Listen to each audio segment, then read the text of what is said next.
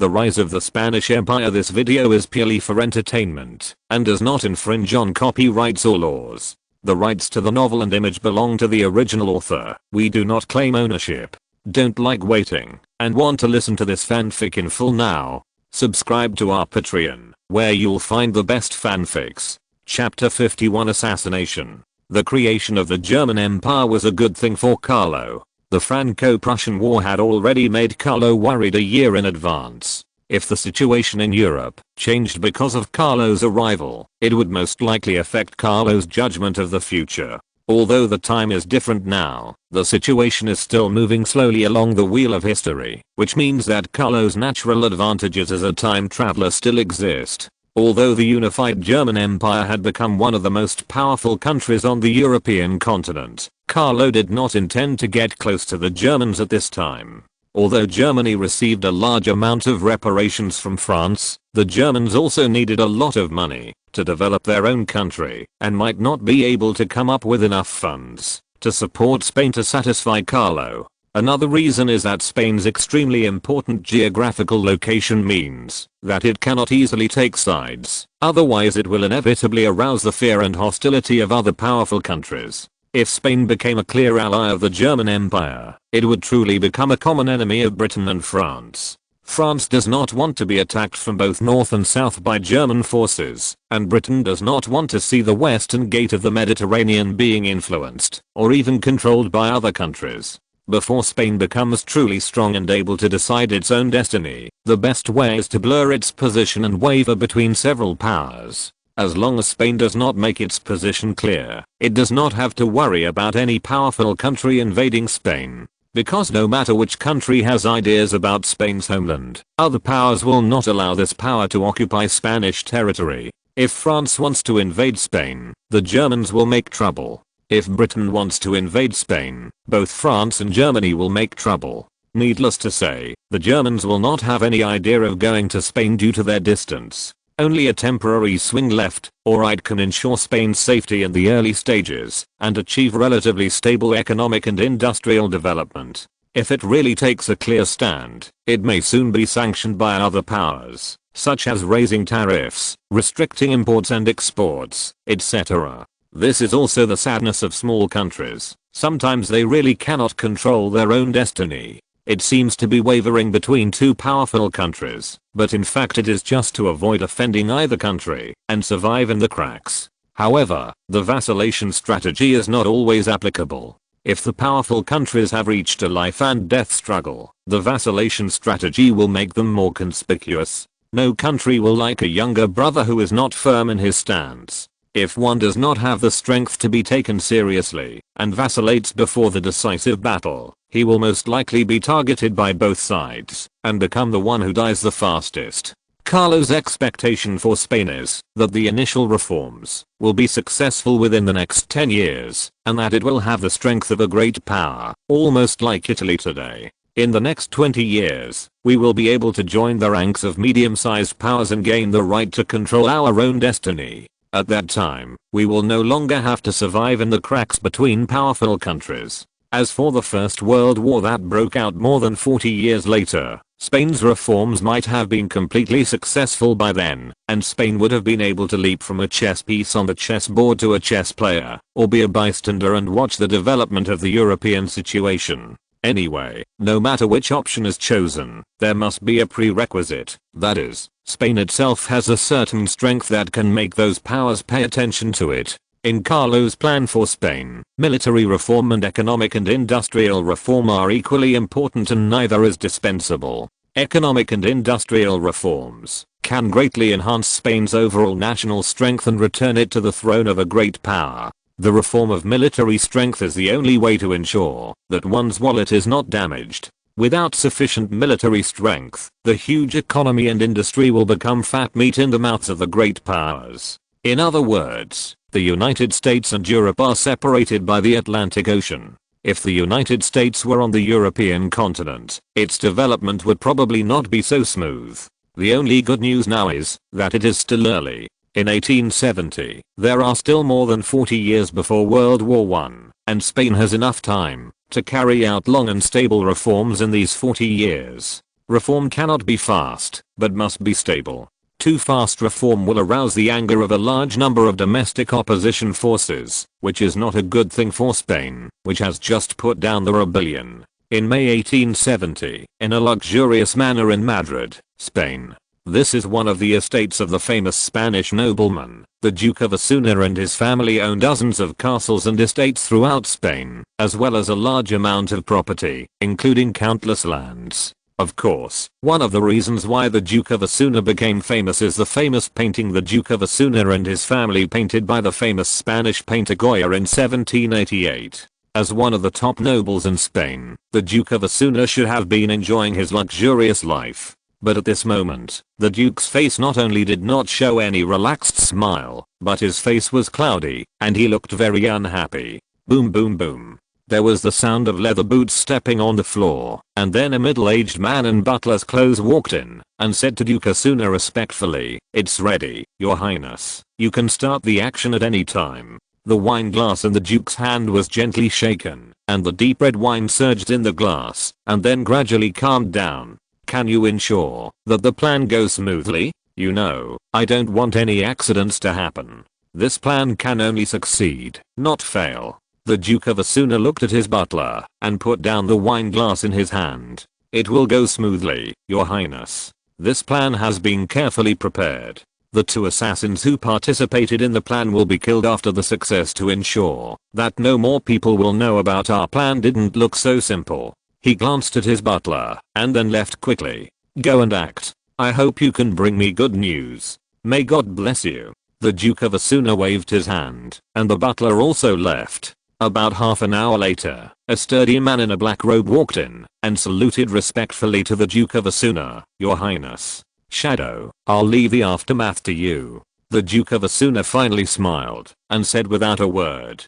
"Yes, your majesty." The man called Shadow never revealed his true face, but just respectfully, and then left without making any sound. After Shadow left his room, Duke Osuna picked up his glass again, glanced at the valuable paintings hanging in his room, laughed, and said to himself, "King?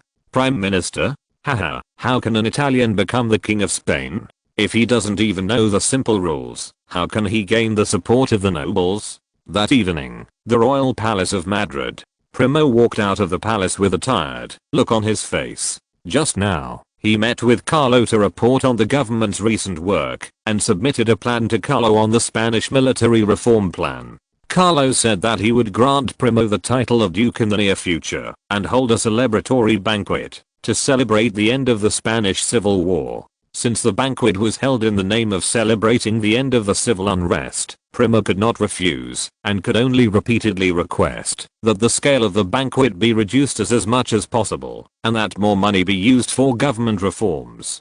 This back and forth discussion took several hours, and by the time the meeting ended it was already past 11 o'clock in the evening. As the Prime Minister, Primo was used to working until the early morning every night. He got on the carriage and ordered his men to go to his residence. The way back was groggy and the rocking of the carriage made Primo sleepy. Bang! The sudden gunshot was so obvious that Primo woke up and the carriage slowed down. "What the hell? What's going on? Why are there gunshots in Madrid?" Primo asked. "I'm afraid they are coming for us. Protect the Prime Minister." The subordinates driving the car were actually guards that Primo agreed to after Carlo's repeated requests. They were all carefully selected soldiers from the Spanish army and they would carry weapons with them. Although it seems that there is only one person driving the carriage outside, Primo is always accompanied and protected by secret guards whenever he travels, and there are at least 10 guards. Although Primo's carriage was not as unique as the royal carriage as a general who had personally led troops into battle, would Primo be afraid of a small assassination?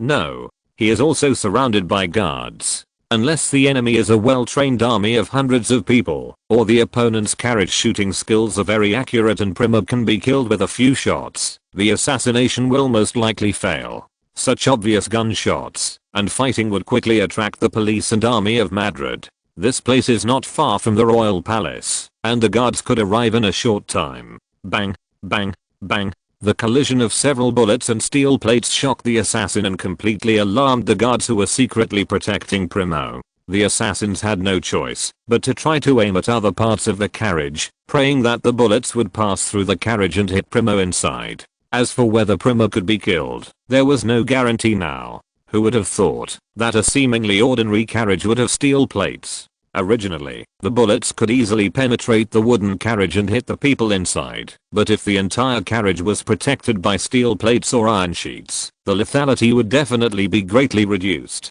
Damn, a bunch of rubbish. The butler hiding in the dark looked at the two assassins and cursed them, but the most important thing now was to cut the roots of the problem. 3,000 words more to come. Please support. Chapter 52, a foolproof plan. What? Prime Minister Primo was assassinated? After hearing Lauren's report, Carlo lost his sleepiness instantly and asked quickly, is the Prime Minister alright? What's going on? For Spain at present, it is simply unbearable to lose Prime Minister Primo. It is not an exaggeration to say that Primo's importance to Spain at this time is far greater than that of King Carlo.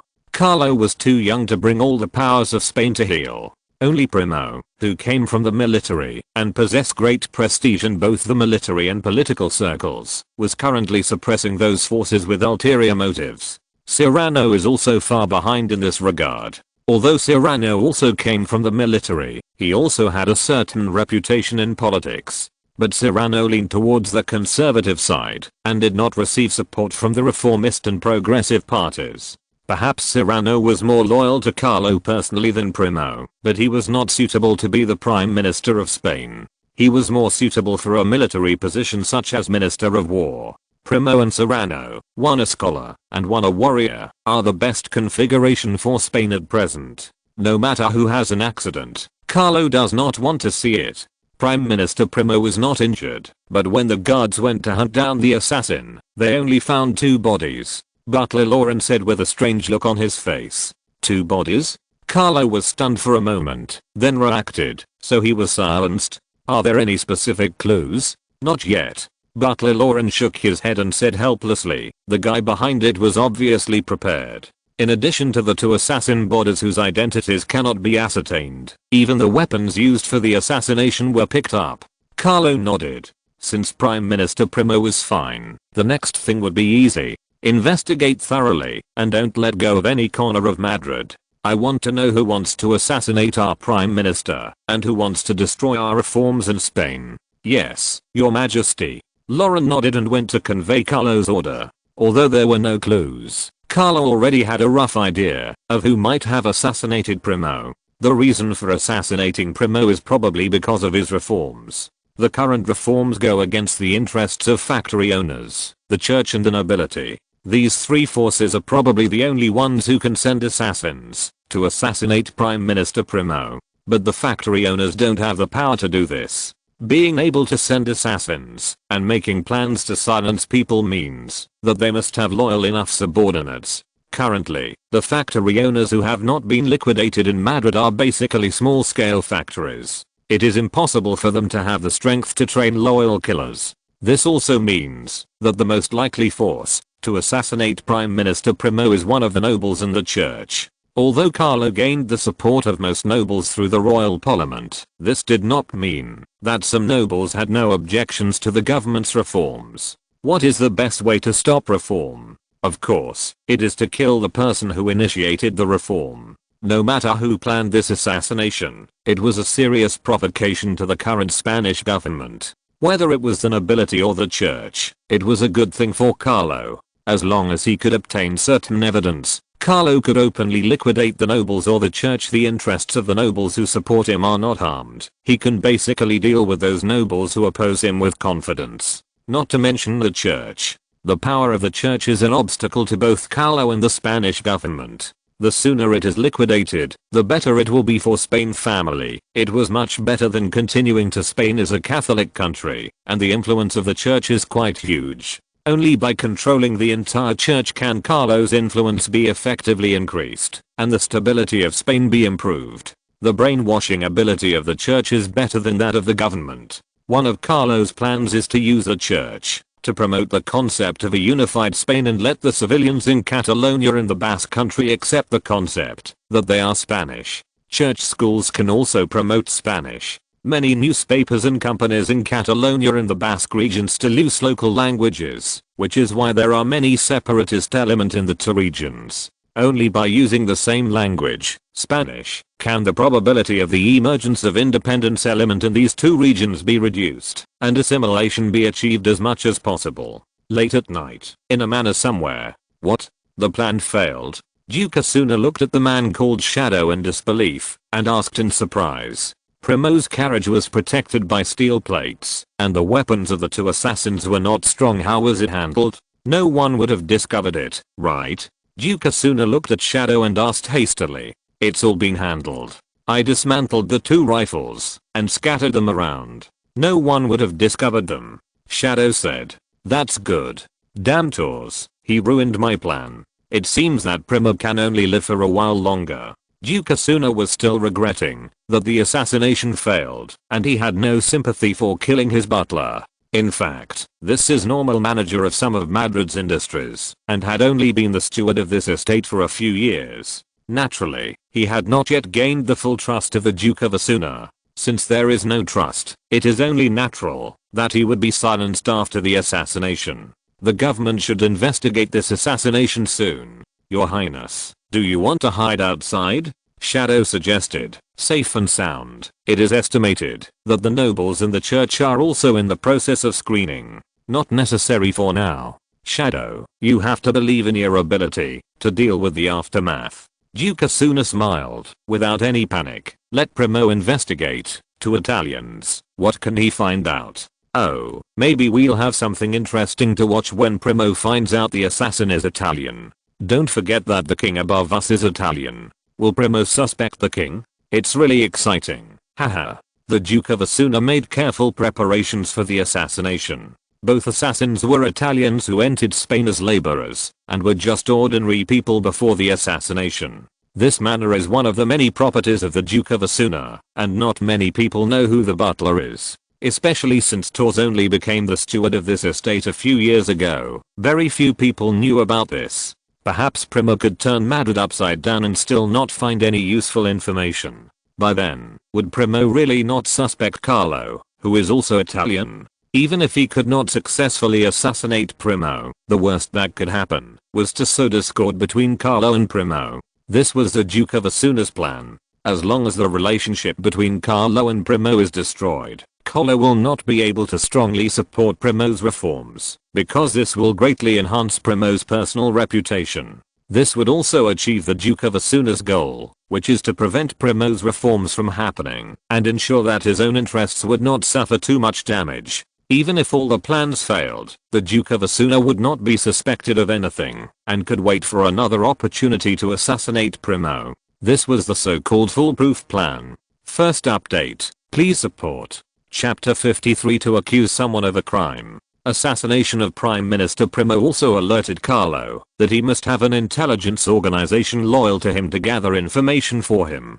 Whether it is to monitor Spain, infiltrate the Republicans and the opposition, or find out the trends and news of foreign countries, it is very necessary. In order to ensure the loyalty of the intelligence department, Carlo decided to start training intelligence personnel from an early age. In an era when life expectancy was not long, there were still a large number of orphans, and Carlo's target was these orphans in Spain. Orphans generally have a miserable childhood, and Carlo only needs to provide them with an ordinary person's living standard to make them grateful. When these orphans grow up to be qualified intelligence agents, their loyalty to Carlo will be higher than that of ordinary people. However, the disadvantage is that it takes a long time to cultivate, and the time cost is at least more than 10 years, and even more than 10 or 20 years. Fortunately, Carlo was not very old at this time, and he had plenty of time to wait for these orphans to grow up to be excellent intelligence agents.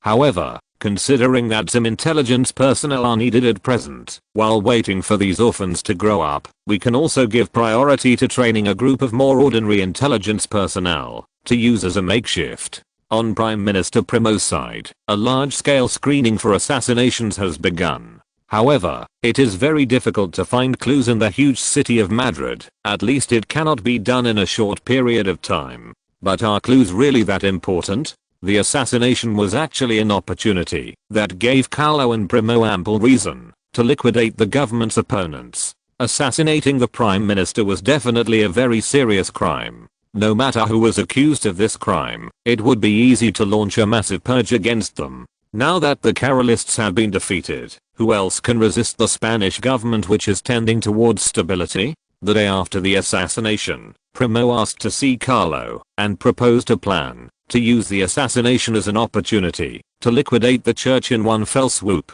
It doesn't matter who the mastermind behind the incident is. What's important now is to take this opportunity to liquidate the church and take over the large tracts of land owned by the church. You should know that many of the church's lands are tax-free. The church will collect taxes on these lands, and the collected taxes will go into the church's own pocket. Logically speaking, its per capita arable land area should be ahead of other powerful countries with less. The reason for the low income of Spanish farmers is not only the high agricultural taxes in the past and the heavy tax burden including the tithe, but also the continuous reduction in the per capita arable land area and more people. But in fact, Spain's per capita arable land area is only at a medium level compared to European powers. Farmers do not have enough arable land for planting, so naturally there will not be too high agricultural income. Carlo naturally would not have any objection. Solving the problem of the church opposing reform would be a good thing for both the Spanish government and Carlo. The next day, the Spanish government publicly reported the assassination of Prime Minister Primo and announced that martial law had been restored in Madrid, with no one allowed to enter or leave until the assassination was fully investigated. Soon, the streets and alleys of Madrid were filled with police. The police's initial actions were to collect clues about the assassination, but within a few days, they turned into arresting church forces. Although the arrests were not limited to churches, the largest number of people were arrested from churches. This also attracted the attention of the Spanish church, and negotiations were immediately initiated with the Spanish government. For Spanish Archbishop Pedro, the government's behavior as too disrespectful to the church was obviously not enough to send some members of the church to jail. Anyone with a discerning eye could see that the government was taking this opportunity to liquidate the church, which also caused dissatisfaction and anger among many bishops in the Spanish church. Archbishop Pedro, we can't just sit there and wait for death. If we continue to wait, perhaps we will be arrested tomorrow, a bishop of the church said. Archbishop Pedro was also dumbfounded at this time. He originally thought that relying on the church's high reputation and status in Spain, he could ensure that it would remain standing during Spain's reforms. But unexpectedly, just an assassination incident made Primo turn his knife against the church. Many members of the church who were not prepared were arrested. Bishop, are we just going to let the government arrest us? This assassination obviously has nothing to do with us. Why did the government arrest us without any evidence? The bishops in the church were also furious. It was no exaggeration to say that everyone present was at risk of being arrested. Before, they were bishops of distinguished status, but now they have become wanted targets by the government. Isn't this trampling on the authority of the church? Archbishop Pedro looked calm, but he was not at peace at the moment. To be honest, Archbishop Pedro had no confidence in relying on the power of the church alone to go against the government. The fate of the Carolists is still fresh in our memory. The current church is clearly unable to compete with the government. After all, this is not the previous era when everyone fanatically believed in the church and God. The tithe alone made the peasants very dissatisfied with the church. Even if the church incited rebellion at this time, it would probably only attract those fanatical believers in God. Don't act rashly for the time being. I will go to see His Majesty to explain the situation. After thinking carefully for a moment, Archbishop Pedro decided not to take the risk. It would be fine if the rebellion against the government. You should also check whether your people have any connection with this assassination. If so, solve it as soon as possible and don't drag down the church. After looking at the bishops with different expressions, Archbishop Pedro finally ordered. Second update, please support. Chapter 54. It is difficult to be guilty, but even more difficult to be innocent. Inside the huge and luxurious royal palace of Madrid, a conversation with a special meaning was taking place. Your Majesty, what is Prime Minister Primo going to do? Is he going to destroy the entire Spanish church? Archbishop Pedro showed his innocence and indignation the moment he saw Carlo, trying to win Carlo's sympathy. What happened? Bishop Pedro. How could Carlo not understand what the people of the church had suffered? Carlo was even one of the planners of the plan to cleanse the church. But at this juncture, it is better to pretend not to understand. At least all of Archbishop Pedro's indignation has been shared by Prime Minister Primo, and Carlo will not suffer any losses. I know that the assassination of Prime Minister Primo is a serious matter, but you can't arrest the bishops of the church without evidence, right? Your Majesty, the government has arrested more than 10 bishops, and the arrests are still ongoing.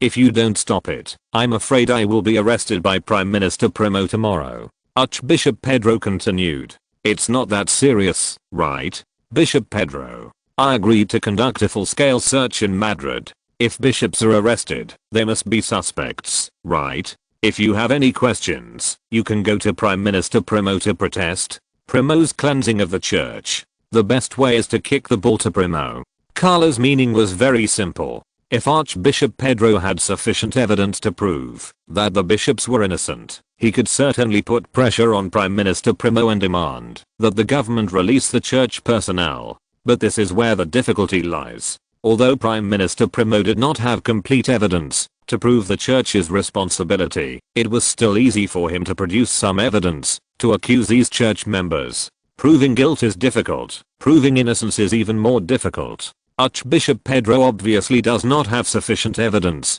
to prove the innocence of those church members, which also means that Prime Minister Primo has sufficient evidence to continue detaining those church members. Seeing that he could not find any sympathy or shelter from Carlo, Archbishop Pedro finally realized that something was wrong. Either Carlo really knows nothing and naively believes that the government's arrests are justified.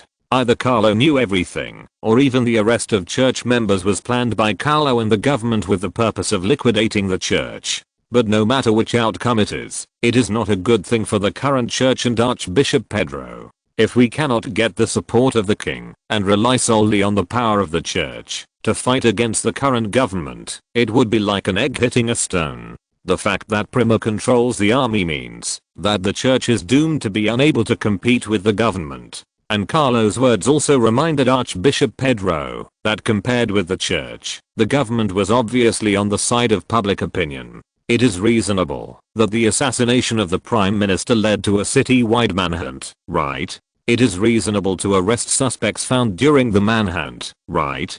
As for why most of those arrested were church members, what responsibility does the government have? As long as Archbishop Pedro cannot prove that the arrested people are innocent, the church will bear the responsibility of the suspected murder of the prime minister of him was playing dumb. Archbishop Pedro was certain that most members of the church had nothing to do with the assassination. After all, the church's top brass knew nothing about it. But the church at this moment could not escape suspicion at all, because the only victim of the decree abolishing tithes in Primo's reform was the Spanish church, the payment of the tithe, which seemed to be a very reasonable reason. No matter how much Archbishop Pedro and the church argued, they could not escape suspicion, and could only passively endure this incident. After walking out of the palace, Archbishop Pedro sighed and decided to go to Primo's to find a solution to the matter. The church has no way to defend itself at this point, but it cannot allow the government to arrest church members. The only way is to negotiate with Primo and reach a compromise on certain interests in exchange for the government's cancellation of the arrest of church members.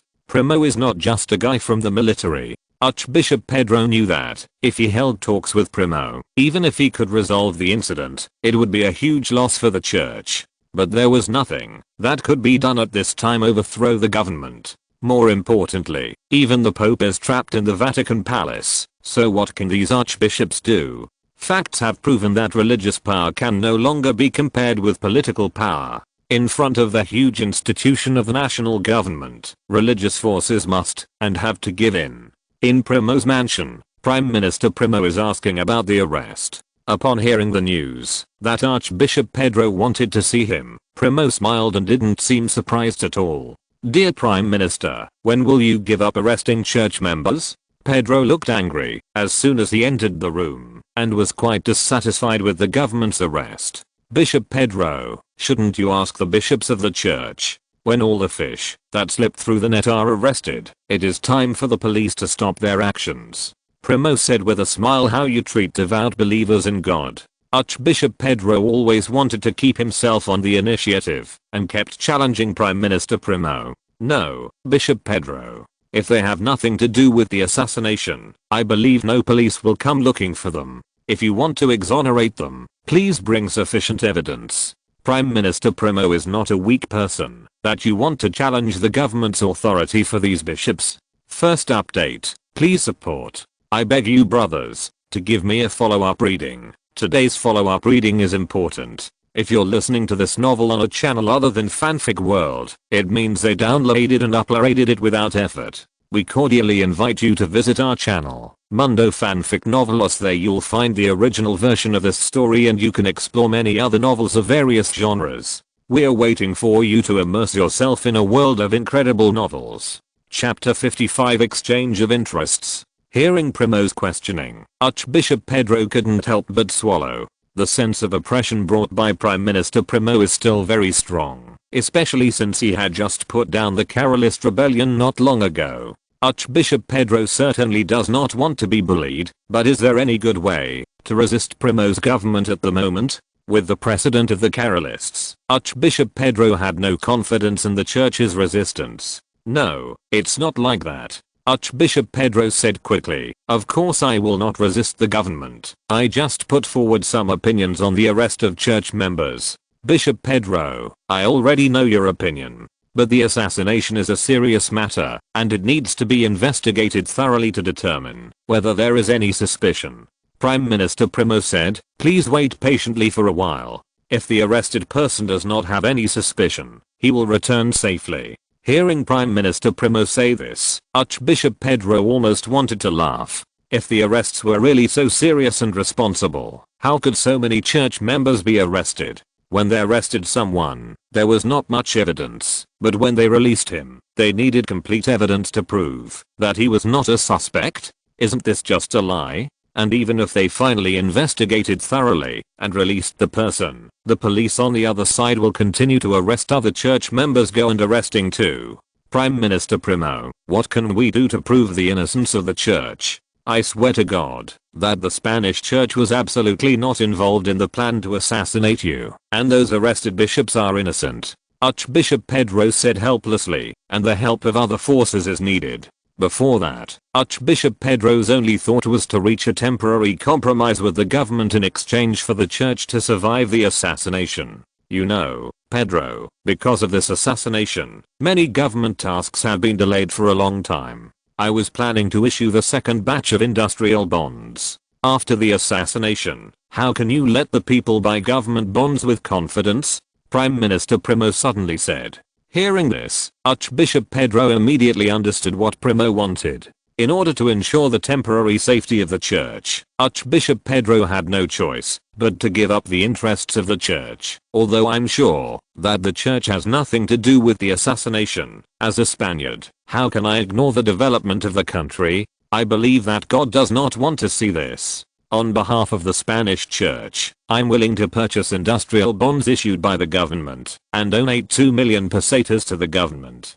Prime Minister Primo was very satisfied with Archbishop Pedro's understanding, but Prime Minister Primo's purpose was not to get these millions of pesetas. The wealth accumulated by the Spanish church over a long period of time may be even more exaggerated than that of the Bourbon family. A few million pesetas are probably just a drop in the bucket for the church. And compared to this limited amount of funds, Primo was more interested in the church's land. To be honest, what is the use of the church holding so much land? They take advantage of the government's low taxes on church land to make a lot of money, and then use the money to buy just around Madrid. Large tracts of land were occupied by the nobility and the church, and the land in the hands of common people became a minority. This is extremely detrimental to the development of Spain. If these lands cannot be recovered, it will seriously affect the future development of Spain. Okay, Bishop Pedro. For God's sake, I'm willing to believe in your sincerity. I will instruct the Madrid police station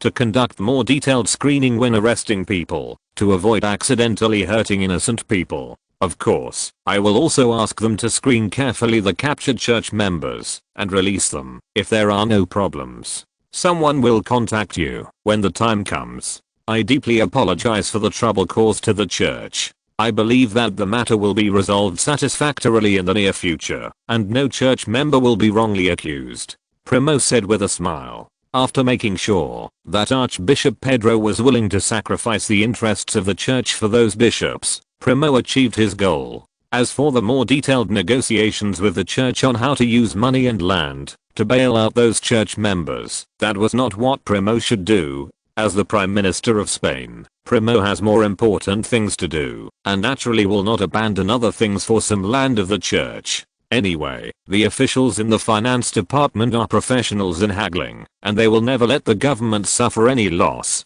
After hearing Primo's agreement, Archbishop Pedro finally breathed a sigh of relief. If Primo insisted on arresting church members, Archbishop Pedro really didn't know what to do. As for resistance, the current church does not have many good means to deal with the government. It may be able to incite some brainwashed believers to hold a demonstration, but such a demonstration will soon be suppressed by the government workers. Rebellion is even less likely. A march might attract people to join through brainwashing and deception, but a rebellion cannot deceive civilians. With Primo's reforms, the living standards of farmers are slowly improving. Under such circumstances, farmers and workers are naturally not fools, and it is impossible for them to stand up against Primo's government. Minister Primo, can we also join the investigation of this assassination? Archbishop Pedro asked. Archbishop Pedro was well aware that heavy bleeding in the church was inevitable, which made him very angry at the real person behind the assassination. It would be fine if they just carried out an assassination, but why did they have to bring trouble to the church? More. Of course, Bishop Pedro. Primo smiled and nodded, as if it was a matter of course. It would be best if the murderer behind the scenes can be caught as soon as possible. This is beneficial to both the government and the church. It is undeniable that the church was still a relatively powerful force in Spain at this time. As for resisting the government, the current church is definitely not able to do it. But if it is to investigate the assassination case, the church can still play a role. At least it can help the government to investigate the murderer behind the assassination case more quickly. Second update. Please support and read on. Chapter 56 Royal Security Intelligence Service. To be honest, Carlo was also very curious about who was behind the assassination of Prime Minister Primo. The fact that he had the courage to assassinate the Prime Minister proves that he had been prepared, and it was impossible for him to act on impulse. You know, if the assassination fails, it will be difficult for unprepared people to escape the government's strict screening. Archbishop Pedro chose to back down in the face of the government's attack, which actually means that the church is most likely not the mastermind behind the assassination. The only remaining forces that could have planned the assassination were the nobles and the Republicans, which also meant that the royal parliament established by Carlo might not be a monolithic entity. But this is also good news. When the government and the church jointly screen out the person behind the scenes, it will be time for Carlo to kick out the traitors who are not loyal to him in the royal parliament. The royal parliament was one of Carlo's ways of controlling the Spanish aristocracy, and naturally he would not allow any rebels who were disloyal to him to sabotage it. The investigation was left to Primo and Archbishop Pedro. Carlo had no time to pay attention to these things and only had to wait for the final results. For Carlo, the most important thing is his own industry. After all, money is the truth. On May 17, 1870, on this seemingly ordinary day, Carlo's mysterious organization was officially established and named the Spanish Royal Security Intelligence Bureau. As the name suggests, this is a new organization that specializes in intelligence and espionage, and it trains professional intelligence personnel, the so-called agents. Carlo was in a dilemma when it came to choosing the director of the Intelligence Bureau. As the person in charge of an important organization for Carlo to obtain domestic and foreign intelligence, the director of the Intelligence Bureau must have good abilities and high loyalty. Vittorio Emanuele II would definitely not harm Carlo. The subordinates he selected for Carlo were all loyal to the Italian royal family and naturally loyal to Carlo. After meeting Cardinal Bruno in person, Carlo has become a person that Carlo can trust and is worth using. At least he is qualified to be the director of the Intelligence Bureau for the time being. Finally understood why Butler Lauren recommended him. Cardinal Bruno looked tall and thin and very ordinary, but through a few brief questions, Carlo was sure that he was a good candidate for intelligence work. Cadell, I have a difficult task for you to complete. Do you have confidence? Carlo looked at Cardinal, whom he met for the first time, and asked a leader. Carlo certainly did not want to see his subordinates hesitant when assigning tasks, and even lacking confidence in completing the tasks. I need you to establish an intelligence organization, to gather important intelligence at home and abroad for me. I need to know all the major events that happen in Spain in a timely manner. Nobles, factory owners, churches, and even those officials and parties are all within the scope of intelligence gathering. Can you do it? Carlo asked with a smile. Manpower, I will find out for you even what vegetables Prime Minister Primo had for dinner.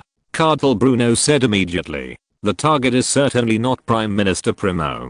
Carlo continued to smile and was not angry at Cardinal Bruno's words. However, Prime Minister Primo is loyal. Who can guarantee that the next Prime Minister will continue to be loyal? Your target is all officials, parties and powerful forces in Spain. I need to know their every move. Or you can look for suitable talents among the people. I will give you 1 year, and I hope the Royal Security Intelligence Bureau will be effective in 1 year. Yes, Your Majesty. If the Royal Security Intelligence Bureau is not effective in 1 year, I'm willing to accept any punishment. Cadia Bruno promised. He understood that this was not only a mission given to him by Carlo, but also an opportunity for him, an opportunity to truly become Carlo's confidant and possess enormous power, only responsible for gathering intelligence on officials and forces. Who can guarantee that the Intelligence Bureau will not have the power to dispose of them? When Cardinal Bruno heard his mission, he understood that the Royal Security Intelligence Agency was Carlo's important means of obtaining information from the outside world, and he was Carlo's eyes hidden in the dark.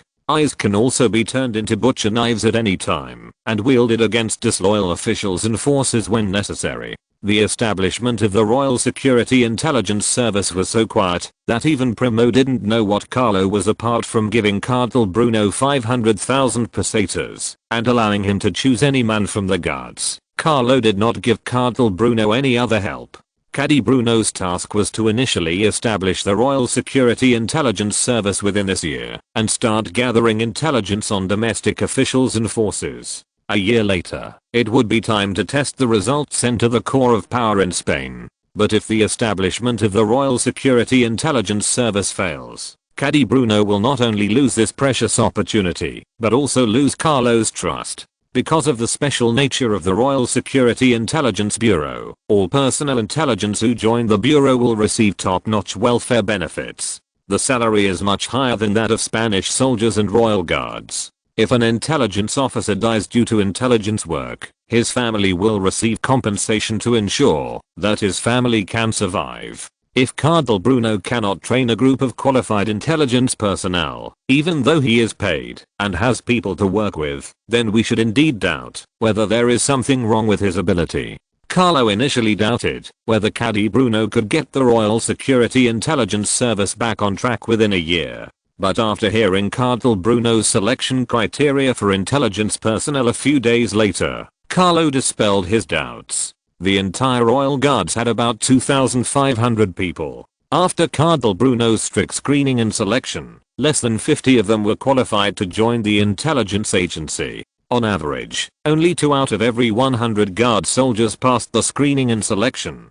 Even with such strict screening conditions, it is enough to ensure that the intelligence personnel after the screening have good abilities. After all, Carlo's guards had all underwent rigorous selection in the army and civilians. If we only talk about combat effectiveness, they are no worse than the Spanish regular army. If intelligence personnel are all carefully selected and screened in this way, Carlo is already looking forward to the role that the Royal Security Intelligence Agency will play in a year.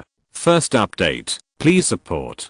Chapter 57 Cuban Flat. 1870 was an ordinary month, but a wonderful one for Carlo. Following the successful establishment of the Royal Security Intelligence Agency, Carlo received another piece of good news. The The Duke of Serrano had resolved the rebellion in Cuba and the army was on the way back to Spain. This made Carlo feel relieved, as he no longer had to worry about Cuba escaping Spain's control due to any accident. As one of the few Spanish colonies with positive returns, Cuba is still very important. In addition to providing a steady stream of funds and income in the early stages of Spain's reforms, it can also serve as a positive asset to help Spain replace colonies with more potential in the future. In Carlo's future plans for Spanish colonies in Africa were the most important, especially Morocco in northwest Africa. Because there is only a small strait between Morocco and mainland Spain, it would be quite easy to achieve localization if Morocco could be controlled.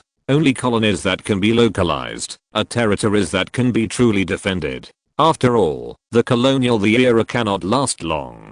Carlo did not have much ambition for colonies. What Spain really wanted was to have colonies that could provide Spain with much needed resources and serve as its homeland in the future. Spain is now too large to control too many colonies, otherwise the rebellion and the colonies would be enough to make Spain overwhelmed. When Serrano went to Cuba to quell the rebellion, Carlo also talked with Serrano and said that if necessary, he could allow Cuba some power in exchange for Spain's control over Cuba. You know, the Cuban War of Independence lasted for nearly 10 years in history, and the Spanish government paid nearly 700 million pesos. Carlo doesn't want to see the current Spanish government spend so much money on suppressing the rebellion in Cuba.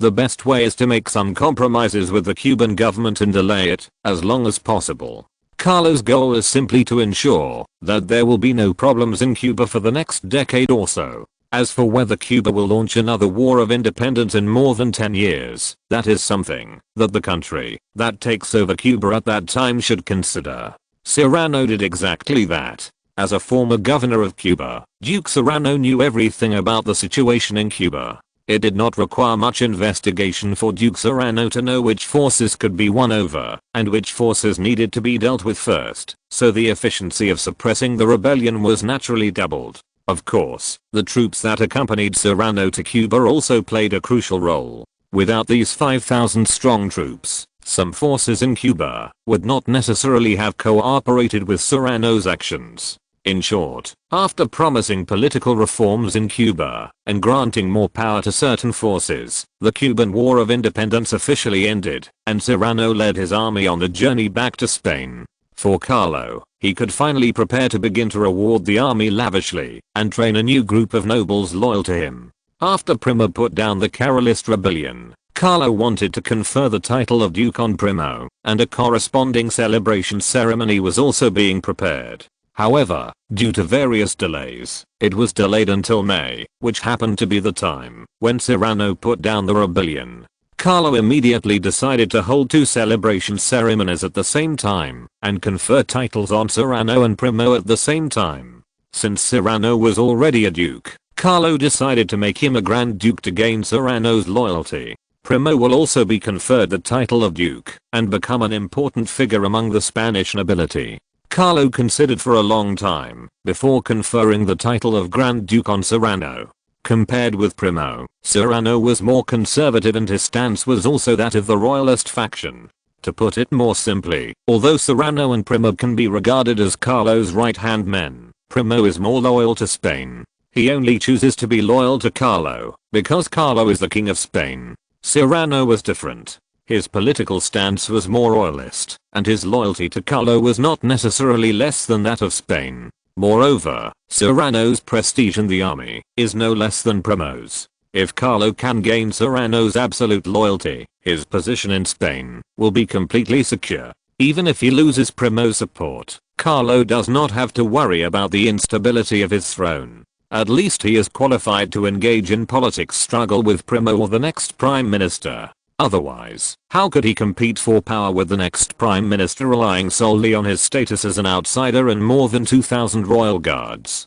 Carlo is not naive enough to think that all prime ministers are people like Primo who have great respect for the royal power. Moreover, Primo's respect for Carlo is also partly because he wants to promote reforms in Spain, and reforms cannot be achieved without the support of the king.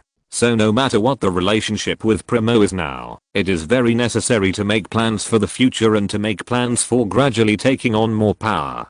Carlo did not come to Spain to be a mascot.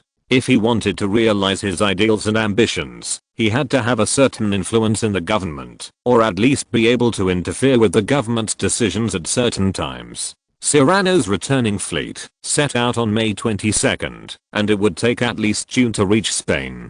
This is a good thing, as Carlo will have more time to prepare for the promotion of Serrano and Primo, as well as rewarding many heroes who have made contributions in suppressing the rebellion. The good news is that, although the Spanish nobility still has considerable privileges, the lowest level barons and viscounts do not actually have any special rights. Apart from the fact that the titles can be inherited, these two titles are more of an honorary nature and have no jurisdiction over the lands acquired. Enfeoffment of such new nobility would not cause much harm to the country, it would simply require the sacrifice of some land. But compared with other European countries, Spain was not short of land. Moreover, there were still large tracts of land in Africa that had not been divided up by the great powers. These lands could be used to enfeoff new nobles. In the future, whether these new nobles establish large farms or invest in other industries, they will be helpful to the economic development of Spain.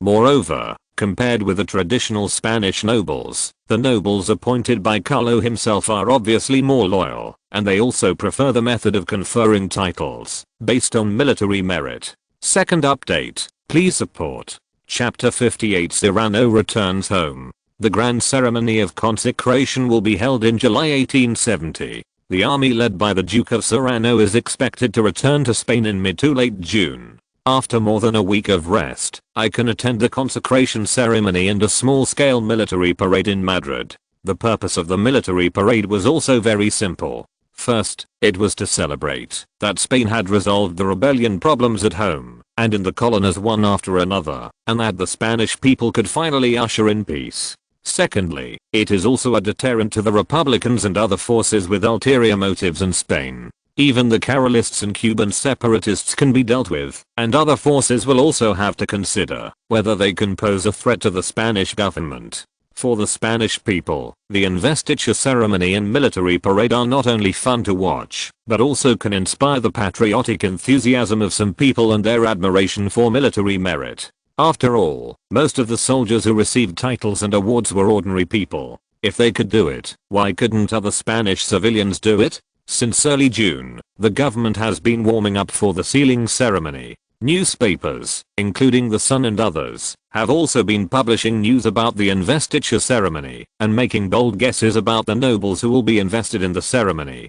Prime Minister Primo and Duke Serrano are two names that are often mentioned. Their reputation in politics and the military far exceeds that of others, and they are the greatest contributors to the suppression of the rebellion. Amid the people's expectations, Duke Serrano finally led his army to Spain and returned to Madrid by train. Carlo attached great importance to his heroes. On the day when Duke Serrano led his army back to Madrid, Carlo not only went to greet them in person, but also had the makeshift royal military band play the royal march to welcome the returning heroes. Duke Serrano was obviously a little surprised by Carlo's personal welcome. However, Serrano reacted quickly. When he saw Carlo personally greeting him, he immediately abandoned the army behind him, rode forward alone, and stopped 100 meters away, then walked towards Carlo alone. "Your Majesty." Duke Serrano was the first to salute Carlo. "Welcome back to Spain, Duke Serrano." Carlo smiled and nodded, and said very intimately, "I have prepared a celebration banquet for you. Go and have a rest. We will have a good chat in the evening." Duke Serrano nodded, and then started chatting with Prime Minister Primo and others behind Carlo. Following behind Duke Serrano, Carlo saw two familiar faces, Andrew Rosso and Carmen Esposito, whom he had assigned to the anti-rebellion army. During the process of suppressing the rebellion in Cuba, Carlo also read several reports on the results of the battle from Duke Serrano. Andrew and Carmen were both outstanding graduates of the Turin Military Academy. They performed very well in the war against Cuba and were praised many times by Duke Serrano himself. You know, although Duke Serrano leans towards the conservative royalist faction, it doesn't mean that he will give in to anything Carlo does. Even though he knew that Carlo put these two guys into the army to gild their reputation, Duke Serrano would never take the initiative to praise them if they didn't have enough ability. Being praised by Duke Serrano proves that Andrew and Camen's military command abilities are excellent and worth using for Carlo. It just so happened that the credit for suppressing the rebellion in Cuba was still great. Taking the opportunity to confer the title of Grand Duke to Duke Serrano, Carlo also planned to confer the title of Baron to Andrew and Carmen, and to further win them over while also giving them the hope of entering the higher levels of the Spanish army, and taking charge of the Spanish army when Primo and Serrano retired in the future. The reason why they were not promoted directly was not only to actually test their abilities, but also because they were also Italians, and had not made any contributions in Spain. Although it would be easy for Carlo as a king to promote them, if he forcibly promoted them without any merit, the soldiers under his command would have different opinions, and it would also cause dissatisfaction among the generals and nobles. After Cuba became a gold-plated country, such problems no longer existed. The importance of Cuba to Spain is self-evident. This is also the reason why Spain would rather spend 700 million pesos to keep Cuba under its colonial rule in history. Their contribution in suppressing the Cuban rebellion was enough to earn both of them a knighthood and a chance for rapid promotion in the military. As for whether they can gain recognition from their soldiers and gradually enter the military hierarchy, that depends on their actual abilities. Anyway, Carlo has already set up the ladder for them to move up. If they still can't climb up to the highest level of the military, it can only prove that Carlo's vision is wrong. Anyway, Carlo has enough time to wait. As the Royal Military Academy gradually gets on track, more new officers will be trained in the future. Carlo also holds the title of honorary principal, and these young officers trained can be said to be Carlo's disciples. Whether Andrew and Carmen become senior officials in the Spanish military first, or wait for the outstanding young officers trained in military academies to gradually climb to the top of the military, it is acceptable to Carlo. Anyway, Serrano and Primo are at least a few years away from retirement, and these few years are exactly the golden period for them to work hard to climb up. These years were also the most stable period in Spain. Military and political power was divided among Serrano, Primo and Carlo, and the others could only succumb to the tyranny of the three men. Once Serrano and Primo retire, if the confidants trained by Carlo cannot take over their power, Carlo will not face such a stable division of political power, only rely on Carlo's support. This is why Carlo chooses to trust them and give them opportunities. Carlo has no shortage of ordinary talents. For Carlo, what is really scarce are those subordinates who can be fully trusted and have certain abilities. 1300. I still have some distance to Sanjiang, so I can't get to Sanjiang in the next issue. I can only wait until next Monday to see if there is any hope. But don't worry, although I'm disappointed, it will not affect my mentality. This book will never be abandoned. The author will check and revise the whole book and live up to your support. Chapter 59 5-Year Plan. Carlo prepared for Serrano and others was equally grand, but the specific specifications were not as luxurious. Although there is a large amount of food, most of it comes from Spain, with only a small amount of Italian food mixed in. The drinks are from Carlo's private winery, which focuses on self-production and self-sales. Many nobles also attended the banquet. In order to express his respect for Serrano and other heroes, Carlo specially invited several Spanish dukes and archdukes, including Duke Jacobo, to attend the banquet. After a joyful celebration banquet, the next highlight became the conferring ceremony in July. Because it was the first time that Carlo had conferred titles since his reign, the Spanish government attached great importance to it, especially since the Prime Minister and the Minister of War were also conferred titles. The government officials did not dare to slack off in the slightest. Compared with the officials' hasty preparations, Carlo and the two protagonists of the ceremony were in a very relaxed mood at this time. After learning that Prime Minister Primo had been assassinated, Serrano was shocked at first, but then he felt relieved when he saw that Prime Minister Primo was safe and sound. Serrano also understood that Primo was very important to Spain at the moment. Only Primo had the ability to promote this reform, and his importance was far greater than his own. Has the murderer behind the scenes been found? Duke Serrano asked.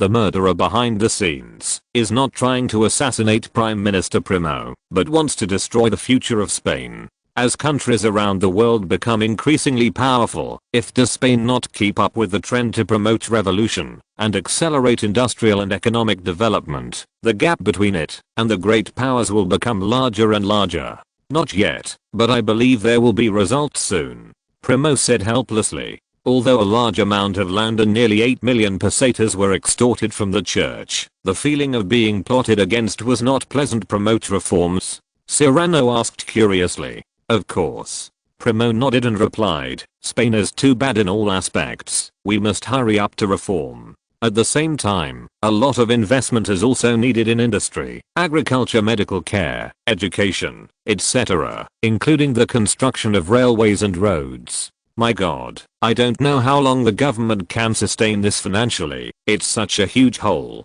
If only one industry is built, the burden on Spain is not that great. But in Primo's plan, he wants to build industry, agriculture, education, medical care and transportation at the same time, and the financial pressure required is unimaginable. Prime Minister, I think we need to make a detailed plan.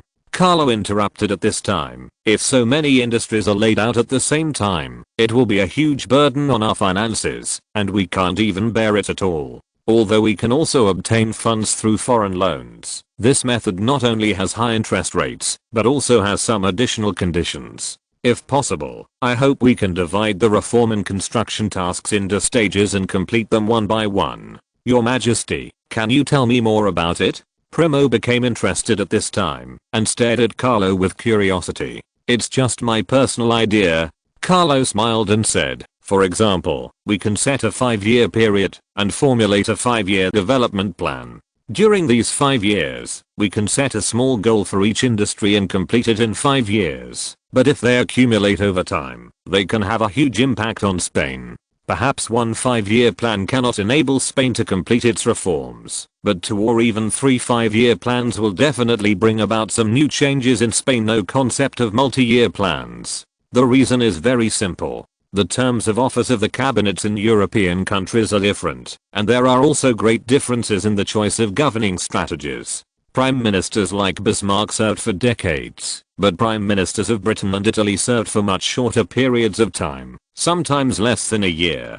Under such circumstances, it is too difficult to formulate a 5-year development plan, because the cabinet ministers may have been replaced one after another before the development plan is completed. With the constant replacement of senior government officials, which government will abide by the development plan formulated at the beginning? But this situation can be avoided in Spain. Given the popularity of Primo and Serrano, it is still easy to control the majority of seats in the Spanish parliament. Not even Carlo could influence them, and they could stay on top as long as they wanted. In this case, a 5-year development plan will have no effect on Primo, because the Prime Minister of Spain will still be Primo 5 years later, unless something unexpected happens during this period, such as assassination. This also eliminates another reason that affects the birth of the 5-year plan, that is, the current government is worried that the next will reap the benefits. Because it is difficult to ensure that one will stay in the position of Prime Minister for a full 5 years, European politicians rarely make long-term development plans.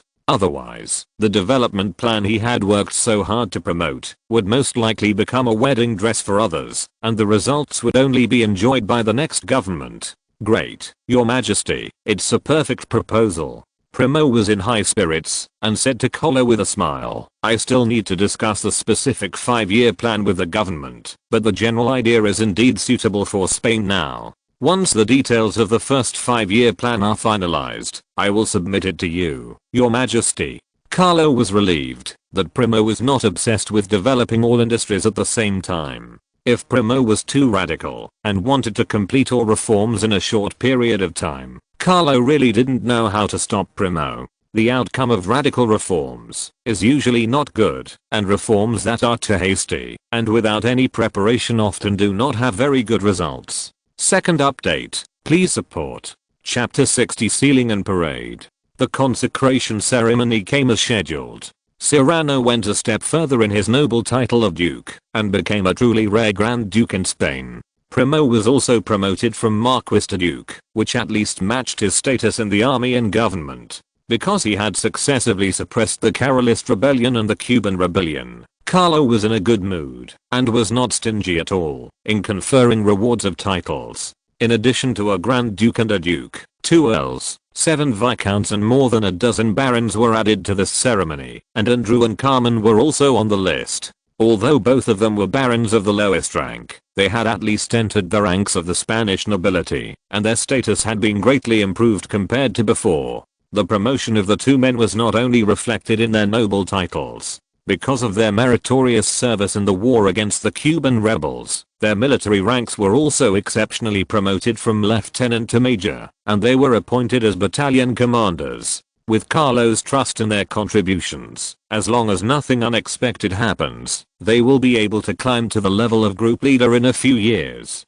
If it weren't for their Italian identity, after quelling the Cuban rebellion, their rank would have been promoted to lieutenant colonel or above, and it would not have been impossible for them to become a regimental commander. After all, compared to the Italians who suddenly appeared above their heads, the soldiers were more willing to accept that their immediate superiors were Spanish. If Andrew and Carmen wanted to win the trust of the soldiers, they would have to put in more effort than the Spanish officers. But this is also a good thing. When they have gone through the test of the soldiers and climbed to the top of the army step by step, their control over the army will be more stable. The troops they control will become Carlo's aid, which is equivalent to the military power in Carlo's hands. The reason why Carlo can develop his power with peace of mind is the age of Serrano and Primo. Serrano was born in 1810 and is 60 years old this year. Primo was born in 1814 and is 56 years old this year. The two old men, both around 60 years old, would not care about the slow development of Carlo's power, because they would never see the day when Carlo's power would take shape. According to the average life expectancy in Europe, the two men were already quite old at the age of nearly 60. Primo's plan was also simple, which was to promote the Spanish Revolution during his lifetime and complete as much of the revolution as possible. Serrano was not so enthusiastic about the revolution, and even his desire for power was not so great. What Serrano really cared about was his status, and being conferred as a Grand Duke made Serrano very satisfied. It is precisely because Serrano, Primo and Carlo have not formed an overt power conflict for various reasons that the current Spanish government has been able to maintain a relatively stable state. This is also what all three of them want to see. After all, when their main needs are met, who would be willing to fight to the death with a powerful enemy? Carlo was also pleased to see Primo's reforms and Serrano's control of power. With these two people around, Carlo's throne would become very stable. By the time they retire or die of old age, Carlo's power will be almost built up, and then it will be time for Carlo to gradually take control of power. What made Carlo feel fortunate was that, although Queen Isabel had made no contribution to Spain, she at least agreed to confer titles on Primo and Serrano. Especially Serrano. If Serrano was forced to the Republican side, Spain after Queen Isabel would probably become a republic, and it would not be so easy to restore it to a monarchy.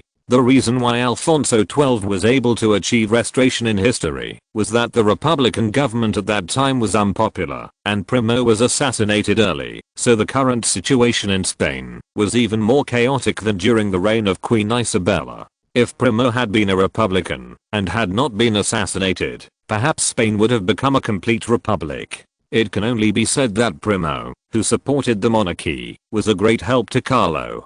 Before Primo's reforms were completed, Carlo's position was to firmly support Primo. After the coronation ceremony, Carlo also participated in a small-scale military parade. The number of troops participating in the parade was not large, totaling only a little over 2,000.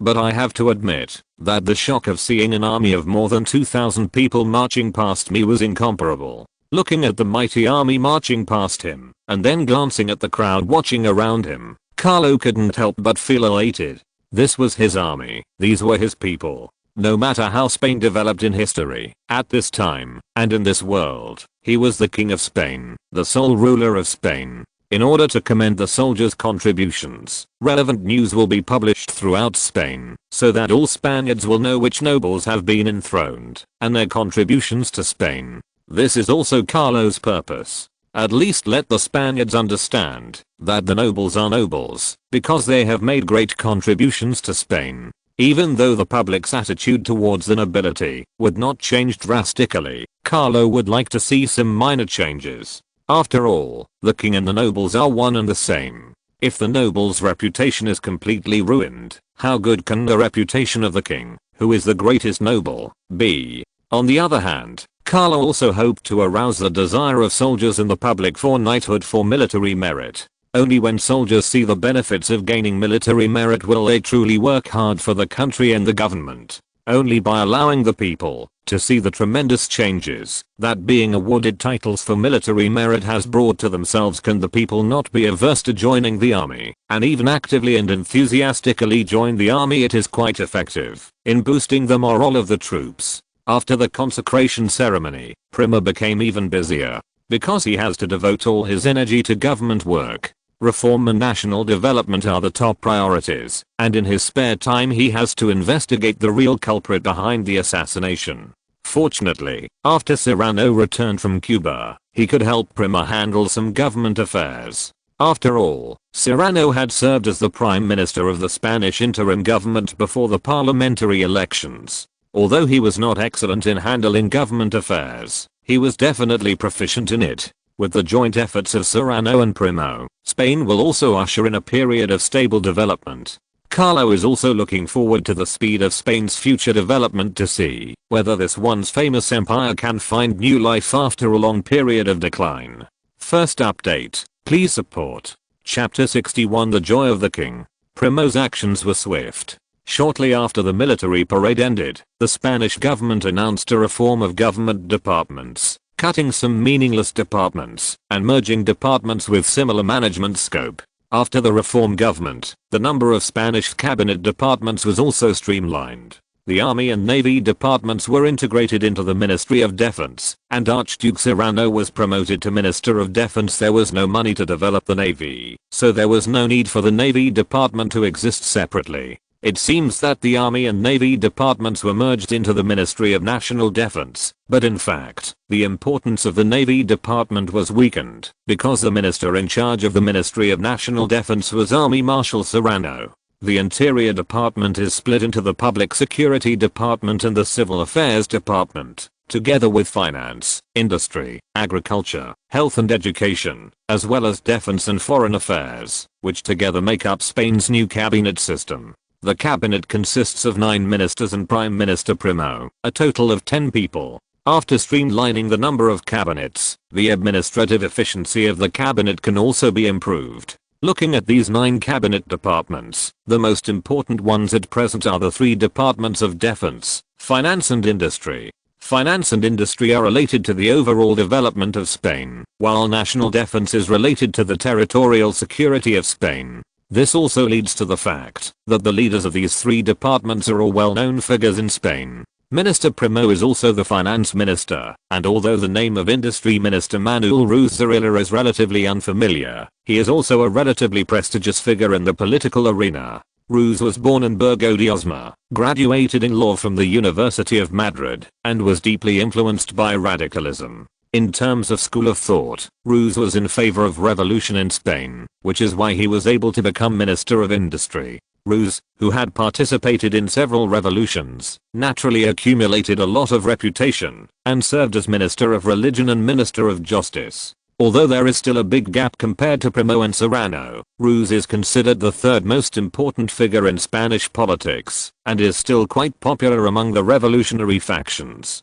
The cabinet government's reforms were carried out very quickly. Most of the departments that were cut had no real power, so naturally they could not make any waves. The merger of the cut departments into larger departments would also increase the power of the existing cabinet ministers, and the cabinet members would naturally not object. On July 11, 1870, the first meeting of the reformed Spanish cabinet government officially began. Primo, with a serious expression, announced the Spanish government's first 5-year development plan and made certain requirements for the specific development of each department within 5 years. The 2 sectors that are highlighted are education and industry. Education is the foundation of a country. If Spain wants to achieve revival, it must devote all its efforts to the development of education scale of industrial strength. The emphasis on education and industry means that other departments are destined not to receive much budget. This is indeed the case, except for the Ministry of Defense, which will not see a significant reduction in military spending. The budgets of all other departments will be cut by at least 10%.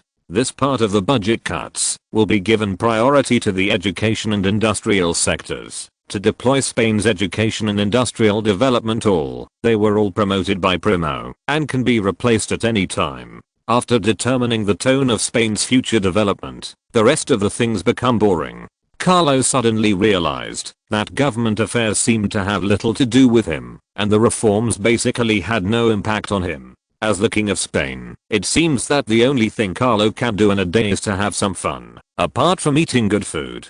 Well, thinking of this, Carlo looked at the two maids who were diligently serving him. Well, it was pretty good. Looking at Anna, who looked quite innocent and lovely, Carlo smiled, as if he was a bad uncle coaxing a little girl. "Anna, do you want to eat Iberian ham?" Anna's hands, which had been unable to hold back for a long time, pressed on a certain place impatiently, and she took off Carlo's clothes very skillfully and lowered her head. Well, what a pleasant aristocratic life. While treating Anna to Iberian ham, he looked at Alice, who had a taller and more charming figure, and said with a smile, "Alice, I'm hungry." Alice immediately understood and took two flawless, round buns and handed them over, letting Carlo play with them, and finally Carlo put them into his mouth. Not to mention, the two maids chosen by Vittorio Emanuele second for Carlo each had their own characteristics increases her temptation invisibly, which is no less attractive than Anna. The names Anna and Alice both have beautiful meanings, and it seems that the level of naming is very good at the moment. The looks of these two maids, whether now or in the future, are definitely one in a million beauties. If it weren't for Carlo's amazing self-control, he would have lost his virginity before he was 18. However, the original intention of these two maids was to be Carlo's enlighteners, so when Carlo turned 18 and became an adult, he still enjoyed unspeakable happiness.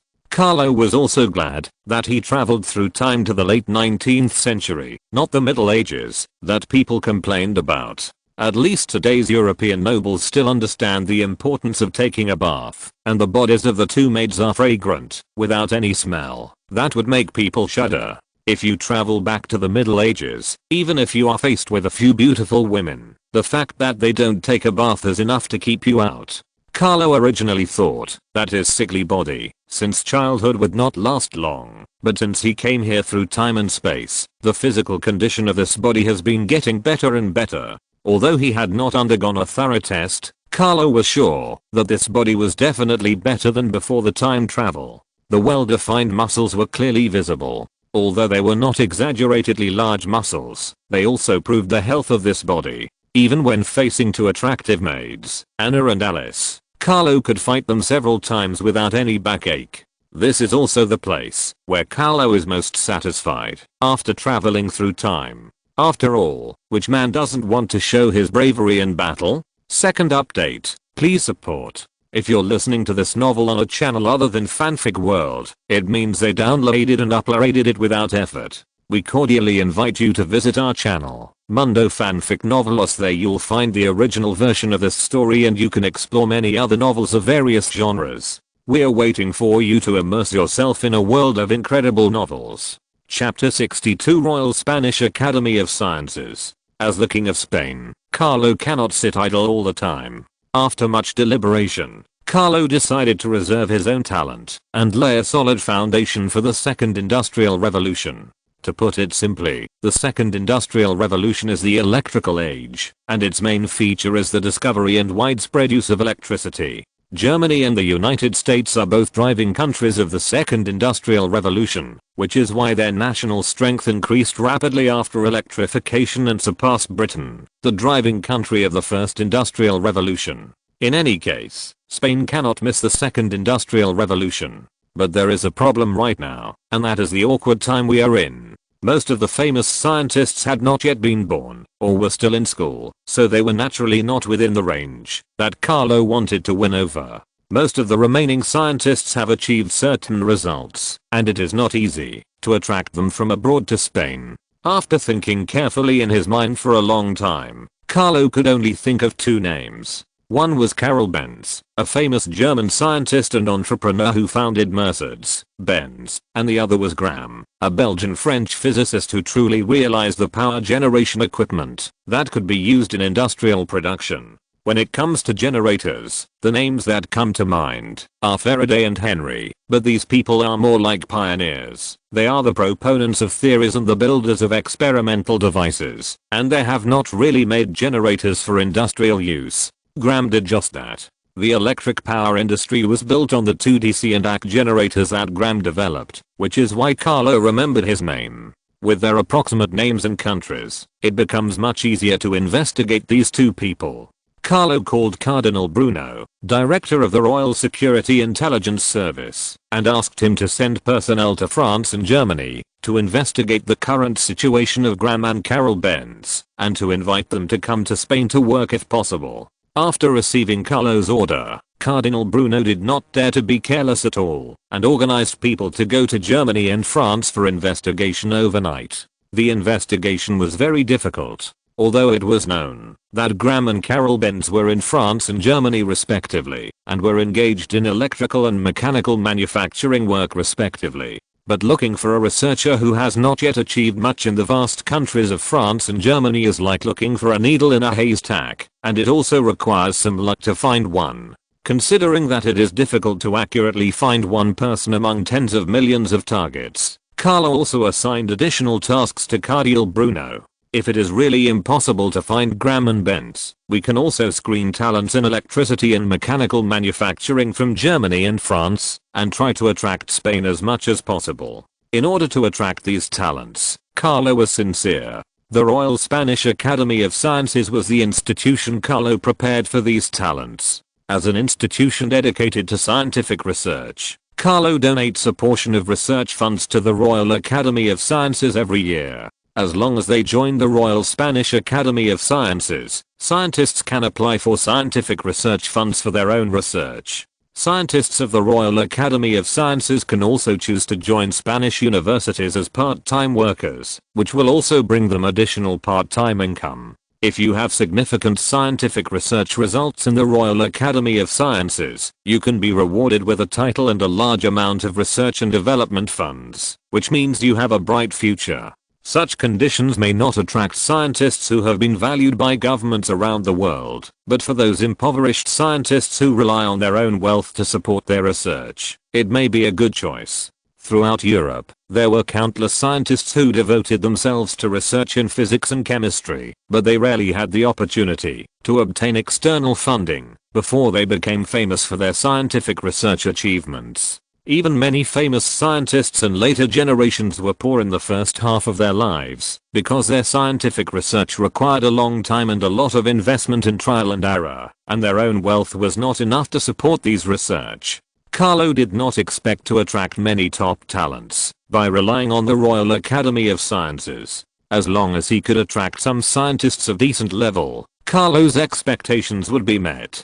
After all, at that time, Spain labeled far behind other European countries in terms of talent in physics and chemistry. Even in later generations, when the number of Nobel Prize winners in Britain, Germany, and France reached dozens or even hundreds, the number of Spanish winners was only a pitiful 8, of which 6 were in literature and only 2 in medicine. Spain's land area is not inferior to that of Britain, France, and Germany, mainland, but the reason why it has so few Nobel Prize winners is precisely because the Spanish people were enlightened too late. The discovery of the New World led Spain into a life of luxury and extravagance, and the gold, silver and treasures shipped from America were all used for the extravagance of the nobility and the church. The palaces and castles of the nobility and the churches looked magnificent, but Spain's national strength was declining day by day. What was Spain doing during the Italian Renaissance, the French Enlightenment, and the British Industrial Revolution? Government, which is characterized by extravagance. Although it was the world's first empire on which the sun never set, it had earned a huge amount of wealth from the Americas, and it also had colonies like Cuba that continued to generate income. The illiteracy rate of the Spanish government was actually almost the same as that of newly unified Italy. The reason why Italy's illiteracy rate remains high is that the farmers in southern Italy have lowered the average. If we only count northern Italy, which was originally ruled by the Kingdom of Sardinia, Italy's education situation would be much better than Spain's. This is also the reason why Primo and Carlo both attach great importance to education, because Spain really lacks talent. In addition, Spain has a small population. If it does not actively absorb talent from abroad, it will never be able to keep up with other European countries in terms of scientific and technological revolution. In addition to attracting outstanding foreign scientists to come to Spain, Carlo also had another purpose in establishing the Royal Academy of Sciences, which was to allow these outstanding scientists to teach in Spanish universities, thereby cultivating more outstanding talents in physics and chemistry for Spain. Attracting talents from abroad can only solve the superficial problem of Spain's lack of talent. If we want to truly solve the problem of shortage talent, we must start by cultivating local Spanish talents. First update, please support.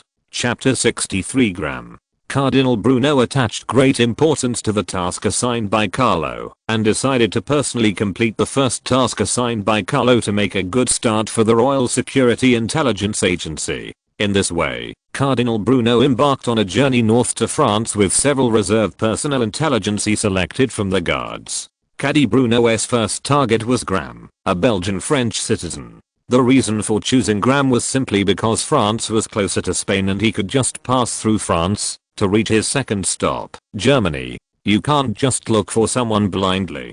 Cardinal Bruno decided to go to Paris, the capital of France, first and look for experts in electricity research in Paris to see if there is someone named Graham. After the Germans left France, another revolution broke out in Paris, and it almost overthrew the French regime. However, the revolution was eventually suppressed by the French government. The good news is that peace has returned to Paris. This is also the reason why Cardinal Bruno and his party were able to travel to Paris safely. At least a peaceful and stable Paris would not exclude foreign tourists. After arriving in Paris, Cardinal Bruno immediately investigated companies and businesses related to electricity and electrical equipment around Paris, trying to find a man named Graham.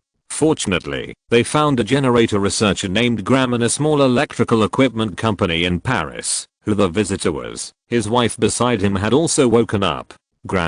Graham's wife looked at Graham, who seemed to be in a daze, and called Graham's name in a puzzled voice. Graham also recovered from his daze, comforted his wife, who was also a little worried, stood up, picked up the rifle on the wall, and walked carefully to the door. Electricity? The voice outside the door asked. Who are you? If there is nothing urgent, please come back tomorrow morning. Graham said.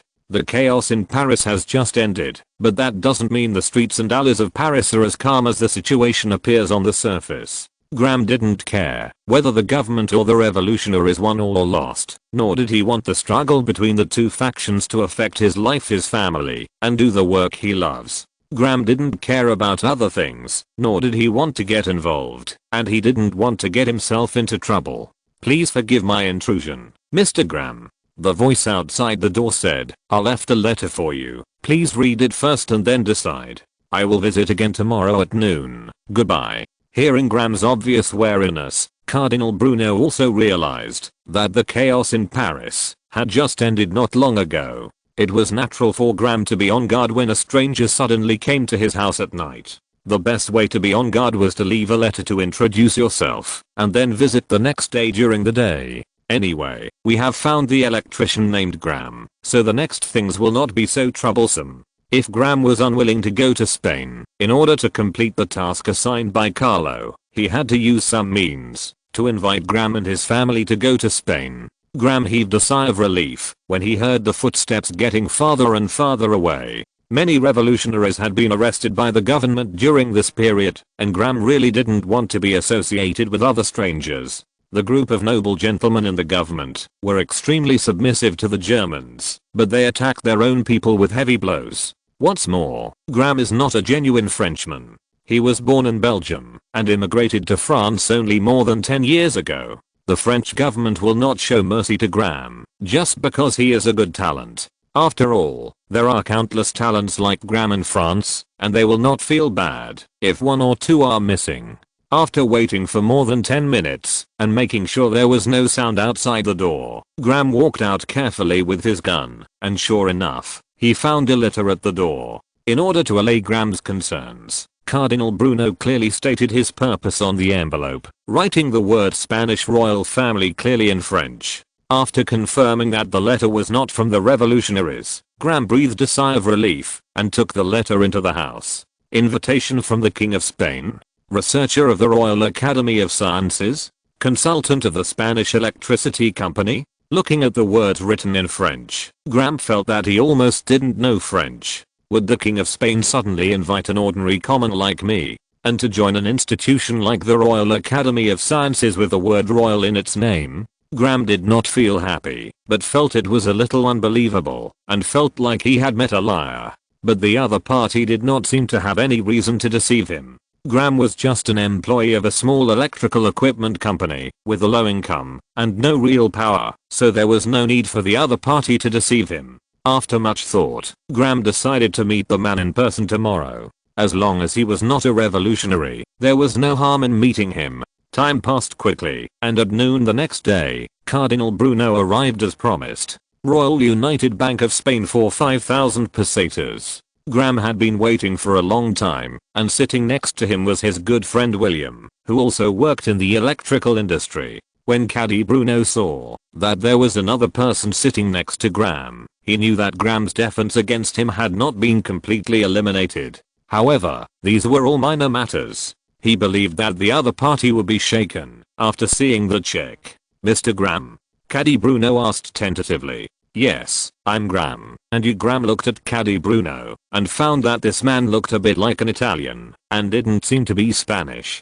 "Please allow me to introduce myself. You can call me Caddy. I serve His Majesty King Carlo of Spain. My goal is to find experts in electricity for the Spanish National Electricity Company that is about to be established. If Mr. Graham is interested, on behalf of His Majesty the King, I would like to invite you to join the Spanish Electricity Company and serve as into the company. At the same time, the position of researcher of the Royal Spanish Academy of Sciences is also open to you. You can join the Royal Academy of Sciences at any time and are eligible to apply for your own research and development funds. Do you have anything to ask?"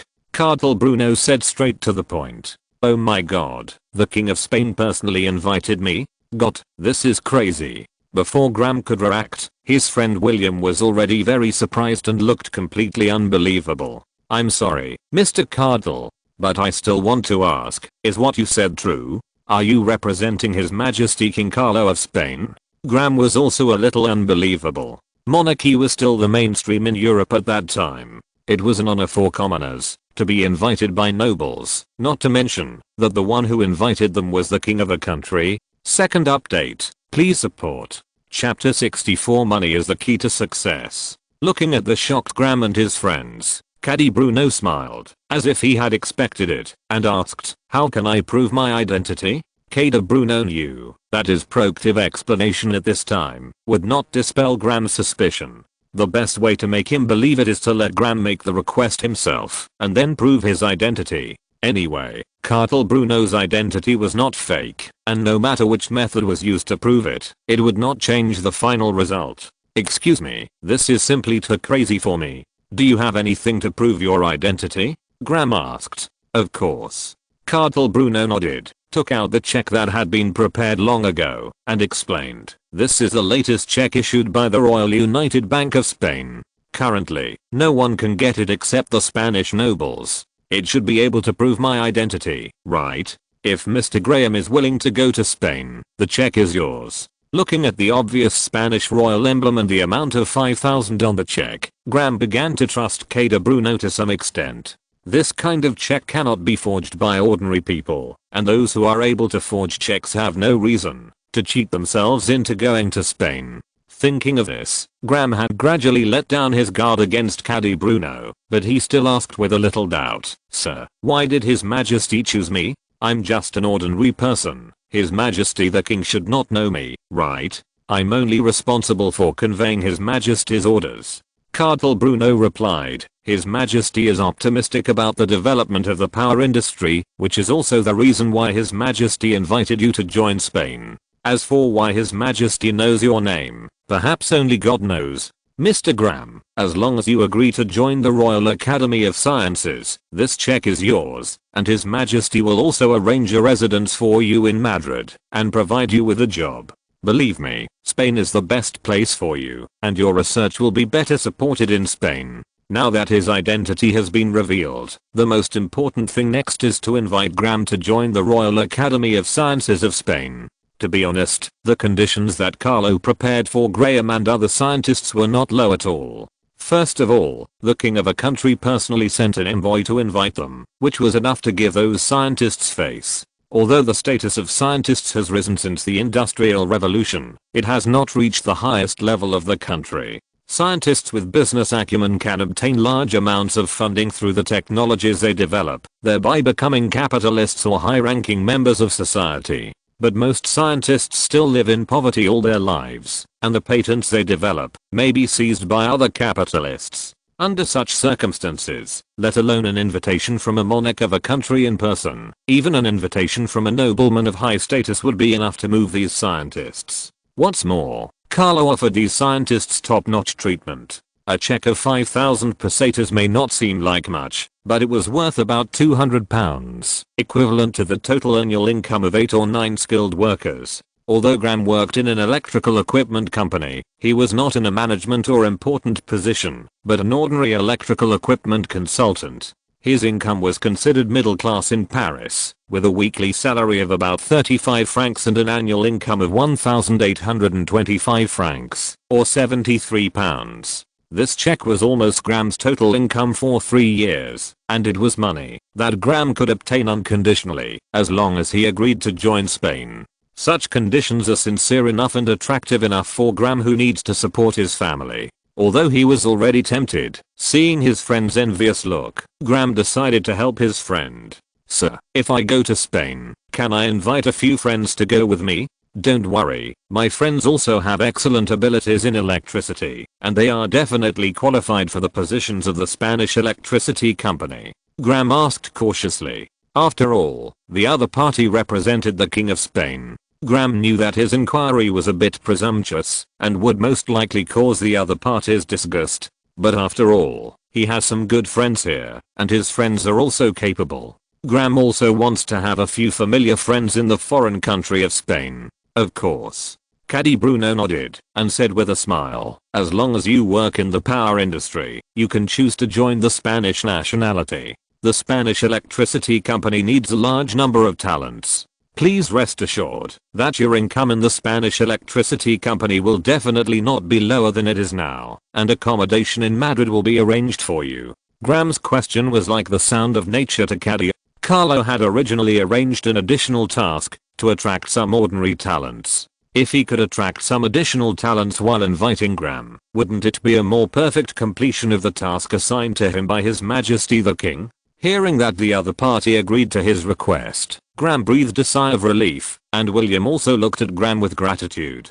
Although they were all consultants for the electrical equipment company, it was a small company after all, and was quite stingy with its financial investment. In particular, the recent instability in Paris has caused the company's bosses to owe wages many times. If they did not have to support their families and had no other choice, they would not be willing to continue staying in such a company with no future. Now that there is a better option, of course I should work hard to earn more income for myself. Mr. Graham, I will stay in Paris for a few days. If you are ready, you can come to this address to find me. I will arrange a train to Spain for you at any time. Of course, the more friends you have working in the electricity field, the better. Your Majesty wouldn't mind, even if there are hundreds of them. I look forward to seeing you again in Madrid." Has a family, he still needs to convince his family.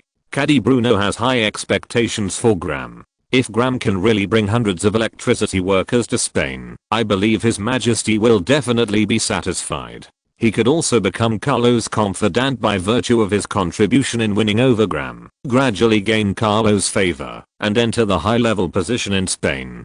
First update, please support. Chapter 65 Military industry relies on imitation. While Cardinal Bruno was working tirelessly for Carlo's orders, Carlo, far away in Madrid, also ended his leisure life. After a long wait, Carlo's royal arsenal was finally completed. It recruited some workers from Spanish weapons workshops and recruited a large number of rifle design experts from France, Italy and other countries. Starting this year, rifles will enter a new era, the era of bolt-action rifles. The bolt-action rifle would flourish until World War II, when it would be replaced by semi-automatic and fully automatic rifles.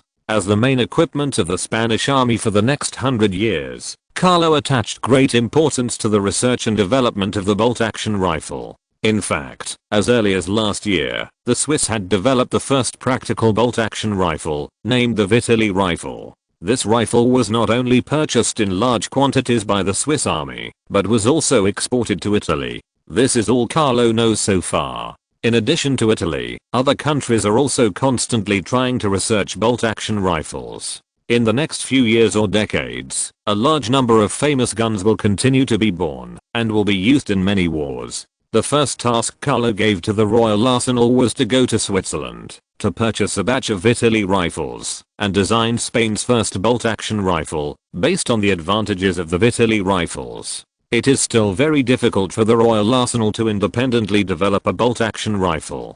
It is not that it cannot be developed, but that the developed bolt-action rifle will have many shortcomings, and the safety and stability cannot be guaranteed. The rifle is the most important weapon for soldiers. If its safety and stability cannot be guaranteed, how can soldiers feel at ease taking such weapons to the battlefield? Therefore, before independently developing our own bolt-action rifle, it is very necessary to learn the ideas of foreign military factories on bolt-action rifles and absorb their advantages. At least the Swiss rifles have been approved by both Switzerland and Italy, so their safety and stability are guaranteed. Now that he had come to the royal arsenal, Carlo would naturally not only deal with issues related to rifles.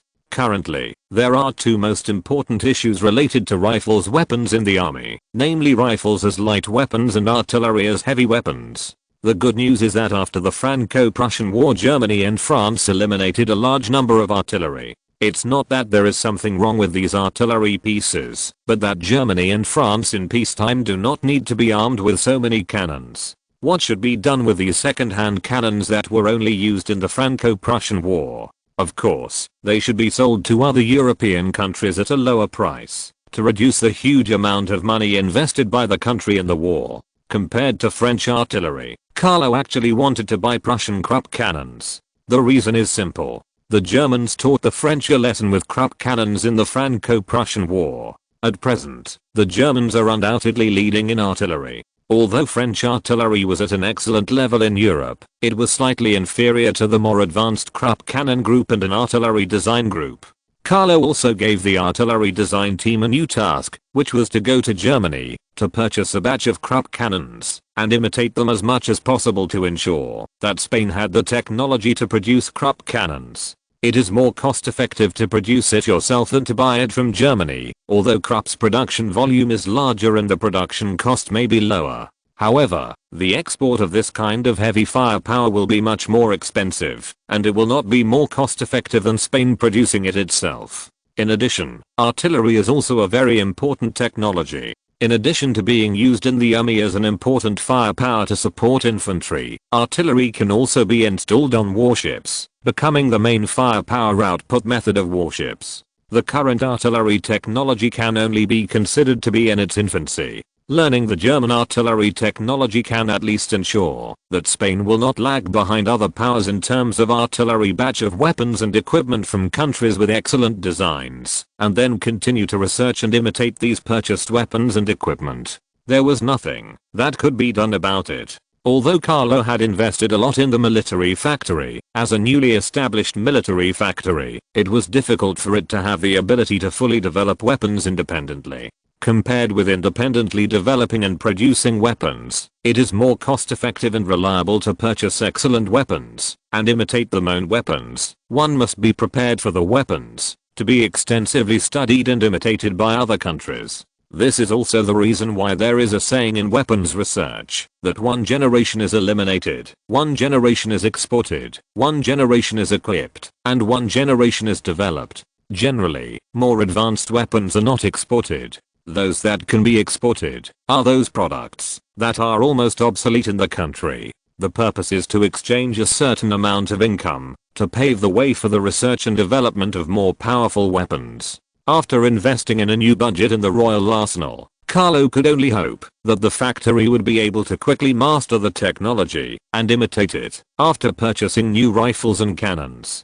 This may take several years, but the benefits will definitely outweigh the disadvantages. However, this is only the first step, and the task is still arduous for the royal arsenal. Independently producing weapons and equipment is nothing to the great powers. What the royal arsenal needs to do in the future is to continuously research and develop new weapons and equipment, and always keep its weapons at the world's top level. Among all of Carlo's industries, the military factory is the most money-consuming one. If it hadn't taken over more than a dozen factories, the income from those newspapers alone would not have been enough to support the military factories. After all, those who can buy newspapers are not illiterate, and they must be able to understand the content of the newspaper first. The illiterate rate in Spain is as high as 70%, which is one of the reasons why newspapers cannot develop at present. Fortunately, there are many nobles around Madrid, as well as factory owners, the middle class and some higher income skilled workers, which allow Carlo's son to have stable daily sales. Compared to the newspaper, which has already reached a bottleneck period, the several steel mills in Carlo are undoubtedly more profitable. Whether for the expansion of Spanish industry or to make his own wallet fatter, Carlo ordered the steel mills to continue to expand and increase steel production in the next few years. Anyway, with the Royal United Bank as a financial guarantee, the expansion of these industries will basically not be a big problem, as long as it is not too aggressive. Expanding industry will not result in losses in Spain at present, because Spain's future development plans will involve a large amount of infrastructure construction, and the railway alone will ensure that steel mills will not lose money. Second update, please support. Chapter 66. The three founders of Mercedes-Benz were kidnapped. Cardinal Bruno came within a week and a half of each other, but they made Carlo feel very different. The first telegram briefly stated that Graham was willing to accept Carlo's invitation, and that he would be accompanied by several technical staff from the French electricity company. Carlo was very happy about this photo. This kind of poaching would be far more effective than Spain cultivating its own electrical talents, making Spain the forefront in the use of electricity. But the second telegram received a week and a half later made Carlo feel quite complicated. Because the telegram said that after Cardinal Bruno arrived in Germany, he successfully found the Benz that Carlo mentioned, and also discovered many outstanding talents in the fields of mechanics and engines. But not all of them were as poor as Benz and Graham. Some of them had married and had children, and had received offers from larger machinery factories. In order to successfully complete Carlo's order, Cardinal Bruno had no choice but to choose the most helpless way, which was to forcibly take these people to Spain. When Carlo saw the list of people kidnapped by Cardinal Bruno, he was shocked. Together with Carol Benz, Cardinal Bruno coincidentally became the three founders of Mercedes-Benz. Yes, the two poor guys who were kidnapped were two of the three founders of Mercedes-Benz, Dahlem and Maybach. Although kidnapping does bring certain troubles, if the three founders of Mercedes-Benz are kidnapped, then this little trouble is acceptable. The achievements of these three people are not just as simple as founding Mercedes-Benz. In the field of automobile engines, these three people can be said to be pioneers, and they are also the best talents in the field of engines of this era, and Maybach have not done anything that will cause a sensation in Germany. Even if they disappear in Germany, it will not attract the attention of the German government. With current technology, as long as Cardinal Bruno does a more detailed job of post-disaster relief, the local government will not be able to find out how these people disappeared. As long as Carlo can make them stay in Spain willingly after they arrive in Spain, then this matter can be said to have ended successfully. Of course, whether they are willing or not, they can't go back to Germany. After all, kidnapping is not a glorious thing, and we definitely cannot let them spread the news. As Carlo waited expectantly, a group of talents slowly arrived in Madrid. The first to arrive in Madrid were the Graham family and some of Graham's friends. Carlo clearly underestimated how attractive his conditions would be to these researchers and practitioners in the field of electricity. Graham agreed to the invitation without any hesitation. A dozen researchers and practitioners in the field of electricity immediately chose to come to Spain. There was no other way. It was just that Carlo's conditions were too tempting. Spain itself was not far from France, and with such generous conditions, it was not surprising that some people were impressed. On the day Graham arrived in Madrid, Carlo met Graham in the palace and reiterated the conditions proposed by Cardinal Bruno to Graham. Graham was appointed as the General Director of the Royal Electricity Institute of Spain and the General Counsel of the Royal Electricity Company, and only needed to specialize in electricity research. Carlo was also quite generous with Graham's salary. After learning that Graham's original annual salary was less than £100, Carlo immediately said that he would increase his salary fivefold, raising it to 13,000 pesetas. He immediately said that he would concentrate on the research at the Electric Power Research Institute and even said that he would be able to go to work the next day. Carlo also showed a generous attitude towards the researchers and practitioners in the power industry who came with Graham. Their salaries are now double what they earned in France, and they are provided with free accommodation in Madrid. As long as they can make certain contributions in the Electric Power Research Institute, they can get more awards, increase their income based on their contributions, or be awarded a title. Carlo also specifically stated that he was happy to see people establish merit and become nobles through various means. No matter whether you are a farmer, worker, scientist, or soldier, as long as you have made enough contributions, you can be rewarded with a title based on your contributions. This sentence was very encouraging to the power researchers who came from afar in France. After all, they had never received such attention in France before, and their career advancement channels were not so broad, can earn more, and even have the opportunity to become middle class or even upper class. Isn't this more promising than staying in Paris? Attracted by Carlo's financial power, Graham's friends said that joining Spain was the wisest decision in their lives, and their words were full of gratitude to Carlo.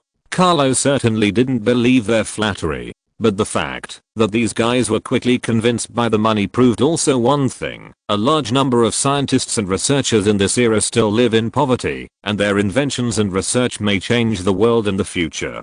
If we can attract these scientists with money, it will be a good thing for both them and Spain, and it will be a win-win situation. However, we must be careful not to attract the attention of other countries by attracting scientists on a large scale. Before other countries pay attention to scientists, the conditions that Carlo can offer are unique and naturally more attractive. But if all countries try to win over scientists regardless of cost, Spain's limited resources will not be enough to compete with other countries. Therefore, things like winning over scientists and technicians have to be done in secret, and it is best not to arouse suspicion from other countries. Once Spain has secretly accumulated a reserve of scientists and technical talents, there will be no need to worry about the talent reserve plan being disrupted. First update, please support Chapter 67 Maybach and Daimler.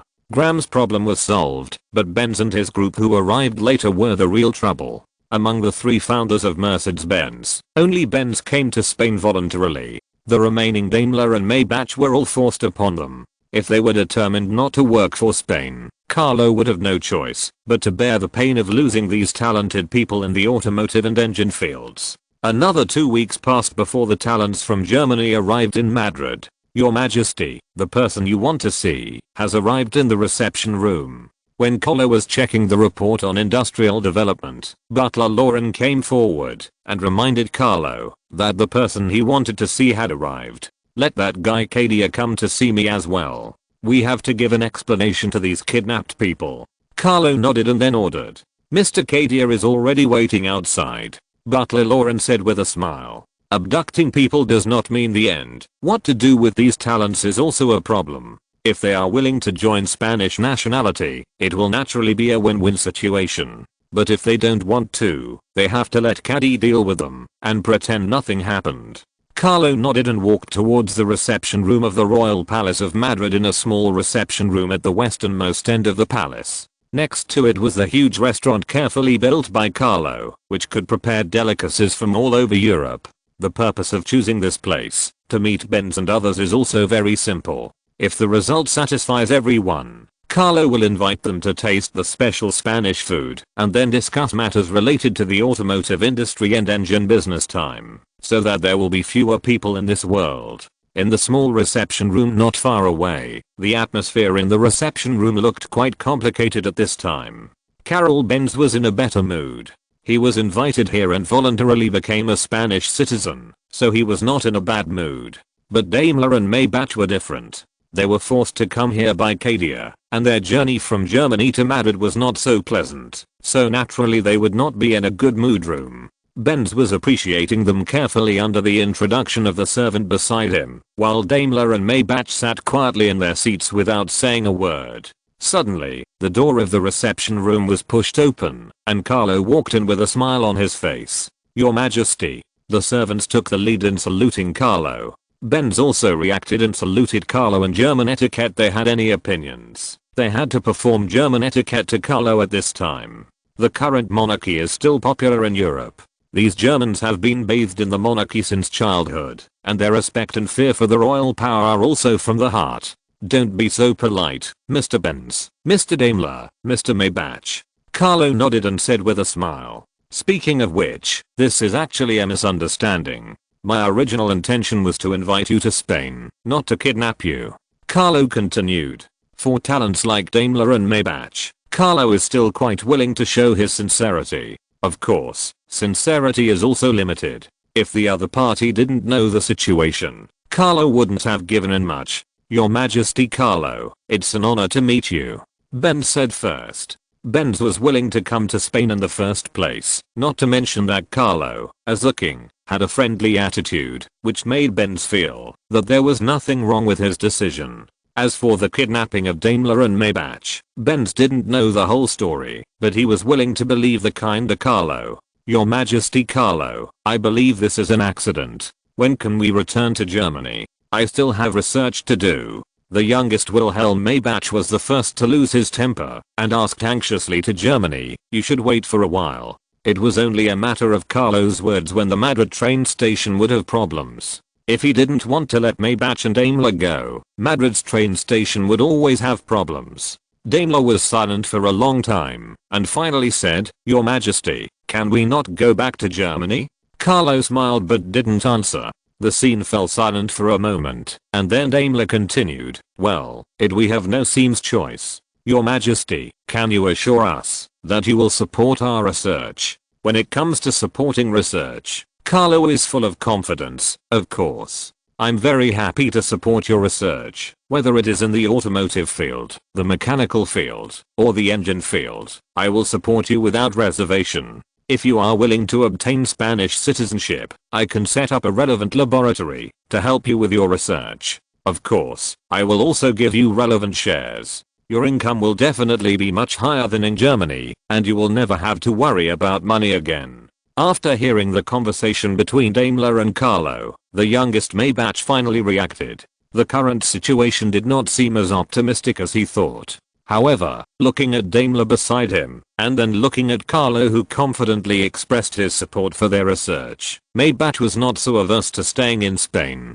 Maybach was born in Germany, but he became an orphan at a very young age, and was adopted and raised by a charity. Because he has no relatives, the most important thing for Maybach is his hobby, which is the study of mechanics and engines. The only person he is closest to is Daimler, whom he just met a while ago. If he can work with Daimler, it doesn't matter where he is.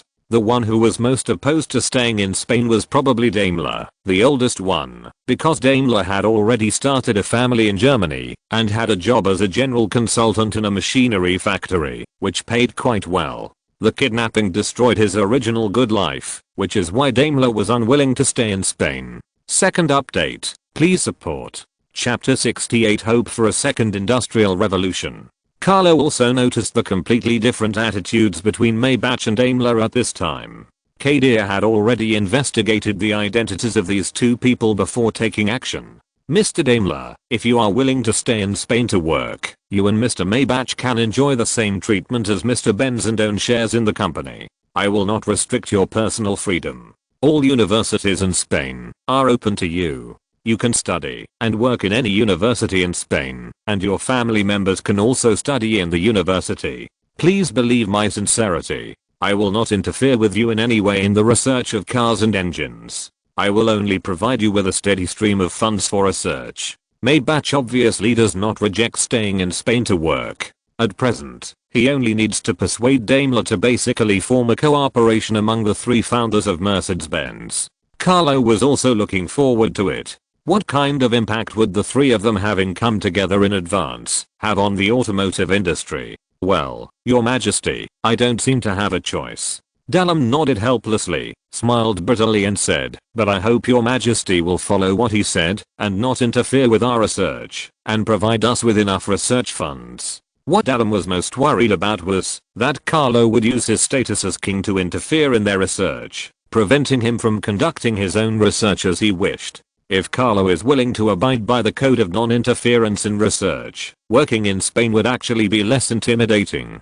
After all, Carlo also promised to treat their families well, which was indeed attractive to a married person with children. Of course. Carlo smiled and nodded, and told his plan. Considering that the three of you are all involved in engines, I decided to set up United Engine Company and give each of you 5% of the shares to help you conduct engine research. The annual R&D funding will not be less than 200,000 pesetas, but the patent rights to your R&D results belong to the entire company. Is that okay? Daimler, Maybach and Benz looked at each other and all expressed no objection. They also own shares in the company, and they also get a share of the company's profits. Moreover, for those engaged in R&D, how much money they make is not that important. The R&D funds provided by Carlo every year are the best guarantee for them. Being able to continue investing in the industry they love is more attractive than any subsequent patents and dividends. After successfully winning over the three men, Carlo gave a look and the servant next to him handed a check for 5,000 pesetas to the three men. This was a gift to the three people, and it also showed Carlo's sincerity to them. Although 5,000 pesetas was not much, it was enough for the three Daimler men to make their financial situation better when they first came to Spain, and to arrange their lives and those of their families with these the three people, to get to know their new home. The residences arranged for these scientific research talents are all single family villas built recently, and the cost of building a villa is actually not too high. After all, there was no such thing as house price speculation in that era. Apart from the houses on the busiest streets in the center of Madrid, the prices of other houses near the outskirts were just so-so. Even in the outskirts of Madrid, there are many houses built by the people themselves. Some of them look like slums. How could the housing prices be so high?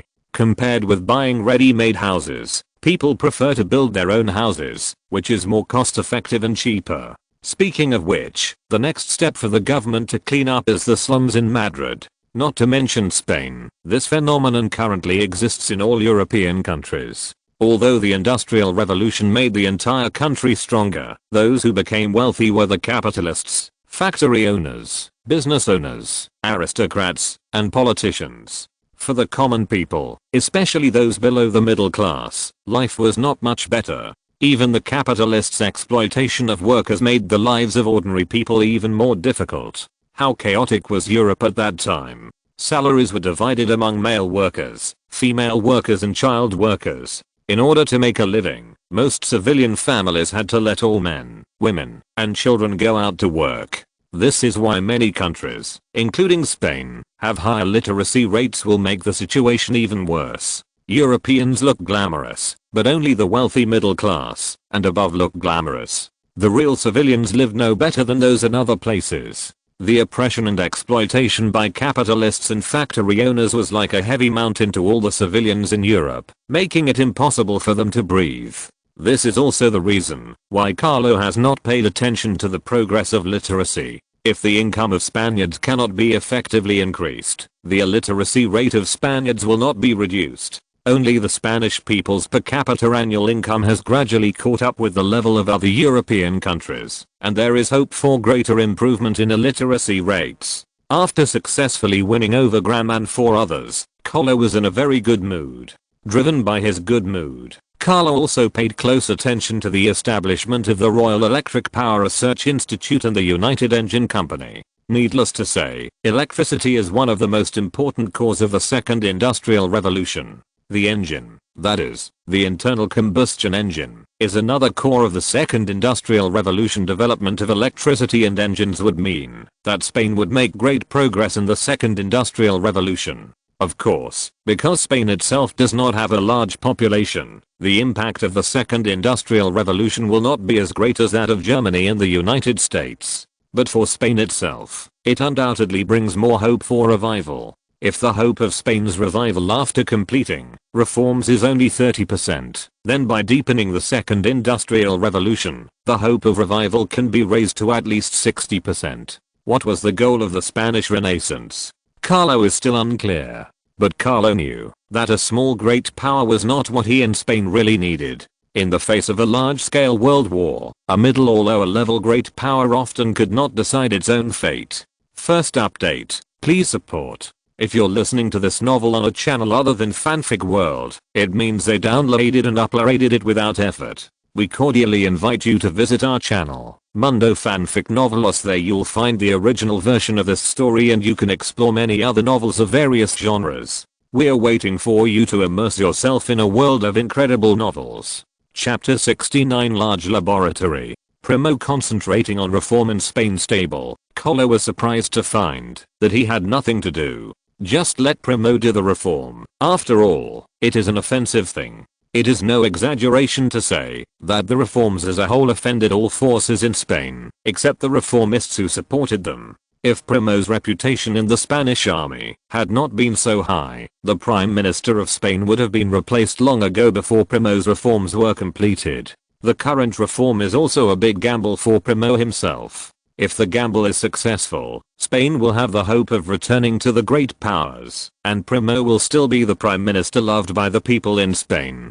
But if he failed, the forces that Primo had offended would not let him go. Even if Carlo could provide asylum to Primo himself, Primo's reputation would be doomed to be tarnished, and he would become a teaching material for criticizing those reformists. With Primo acting as the pioneer of reform, Carlo did naturally not want to be too involved in Primo's reforms. With some free time, Carlo decided to oversee the construction of the Electric Power Research Institute and the Engine Company. As the core of the Second Industrial Revolution, Carlo attached great importance to electricity and engines. Both core institutions are located in Madrid, not too far from the royal palace. In an open space on the outskirts of Madrid, a large area of land has been fenced off. This is where the reserved electrical laboratories and engine research rooms are located, and it is also the core area where Spain joined and promoted the Second Industrial Revolution. In order to make Graham and others feel confident about future research, Carlo specially invited Graham, Benz and 4 other people, as well as many technical talents, to visit the construction of the laboratory. The construction of the laboratory was actually not difficult. After all, research on electricity and engines at this time did not require too sophisticated equipment, and everything started from scratch. Development area built for Benz and 3 others. The entire large experimental area is generally composed of small buildings of less than 3 stories high. This is also to speed up construction. After all, there is no need for high-rise buildings in the experimental area. In the center of the entire experimental area, there will be a 5-story apartment building rising from the ground. People involved in the experiment do not have time to travel back and forth between home and the laboratory. Doing this would waste too much time. It would be better to build an apartment building in the experimental area to provide a short break for those participating in the experiment. Graham and his team were quite satisfied with the planning of the entire experimental area. This planning layout was much more formal than the company in place they were in before, and it would be easier to conduct their own experiments. Your Majesty, when will the power laboratory be completed? I can't wait to conduct my experiments in such an environment. It's simply perfect. Graham couldn't hold back his excitement and asked Carlo impatiently. Carlo looked at the person in charge of the laboratory construction next to him, and that person immediately understood and explained too. The construction of the experimental area is currently going very smoothly as a whole. It is expected that all construction can be completed within 3 to 4 months. Too slow, too slow. Graham shook his head a little disappointed, and then asked, can the laboratory be completed first? Other less important supporting buildings can be built later. If there is a laboratory, research on electricity can begin. It should be possible, Mr. Graham. The official thought for a moment and replied, if only the laboratory is built, it should be completed within a month and a half. Taking into account the installation of some experimental equipment, the laboratory should be ready for use in 2 months. Graham nodded in satisfaction after hearing this. 2 months is the shortest theoretical time. After all, laboratories also have certain requirements, especially power laboratories, and safety must be guaranteed. A hastily constructed building would be no good for the experiment, and the 2-month wait was very necessary. Seeing Graham's eagerness to start the electrical experiment, Carlo smiled and said, I have prepared a temporary test site for you outside Madrid. Although it is not formal, it is still okay to use for 2 months. Maybe when we come back next time, the construction of the laboratory will be almost completed.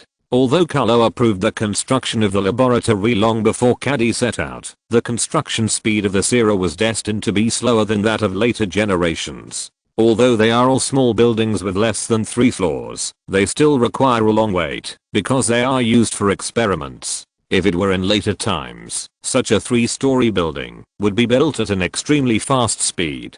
The laboratory might have been completed before Graham and his companions arrived in Madrid.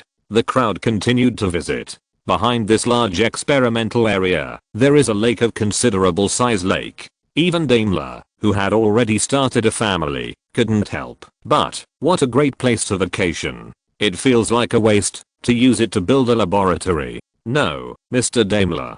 Carlo smiled and said, this is exactly why we chose to build a laboratory here. Scientists like you who do experiments need such beautiful scenery. Experiments and rest are both indispensable. Only with a good rest can you conduct better experiments. Hearing Carlo's words, Daimler was stunned for a moment, then fainted with a smile. If he still felt at least 6 points of resentment about being kidnapped when he first arrived in Spain, now the resentment has basically dissipated. At least he had accepted to stay and work in Spain. After all, where else could one find a king who respected scientists so much? It is no exaggeration to say that ordinary people in Europe at that time had no human rights. Civilians were the objects of exploitation. In other words, they were animals worth less than livestock. Adult men are the most exploited. They work like animals, but the wages they get are barely enough. Capitalists use child laborers as if they were adults, but child laborers receive the lowest income. In an era when common people were not considered human beings, Daimler felt that Spain was not that bad after all when he met a monarch who respected him. Second update, please support. Chapter 70, a steel plant that is sure to make a profit. Although Graham was brought in, electrification cannot be achieved by Graham alone. Spain must have sufficient mid-level talent reserves in electrification and internal combustion engines to promote the development of the second industrial revolution in Spain. Currently, Spain's most serious problem is that there are too few low and middle level talents, and illiterate people account for the majority of the population. Before Spain develops its own talents, the best way is to continuously poach talents from various European countries. But before that, the most important thing is to make sure that you have enough funds in your wallet. The time came to August 1870, 4 months after the establishment of the Royal United Bank. Carlo finally started to pay attention to his own wallet and asked Butler Lauren about the development of the bank. Butler Lauren was well aware of the development of the bank. The bank in Madrid has expanded to 2. Currently, our total number of depositors has exceeded 57,000, with total savings of approximately 46.12 million pesetas and an average deposit of 809 pesetas per person. The bank's next expansion plan is to build at least 1 branch in regional capitals such as Seville and Barcelona, becoming the largest bank in Spain. Carlo nodded. With the help of the nobles, the Royal United Bank developed rapidly. There are currently 57,000 depositors. Who would have thought that this is a bank that was only established 4 months ago? When the Royal Bank has branches in every regional capital, the number of depositors in the bank will expand significantly. However, per capita deposits will definitely decrease. After all, most people in Spain still have relatively low incomes.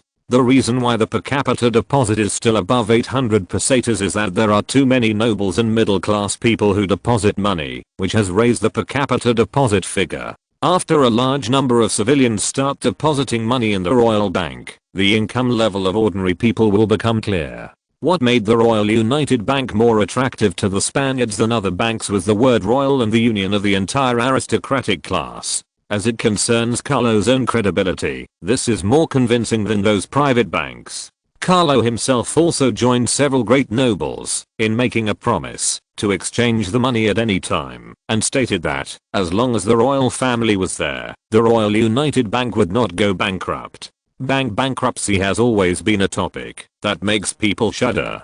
People are worried that banks will go bankrupt, so they rush to exchange their deposits from banks. However, such a run on the bank will instead cause a bank that originally had no problems to suffer a run crisis and may even go bankrupt. After all, the way banks operate is to collect large amounts of deposits from depositors to form large amounts of funds, which are then invested in exchange for income. These revenues will be used to pay depositors interest and the bank's operating costs, and the rest will be the bank's income.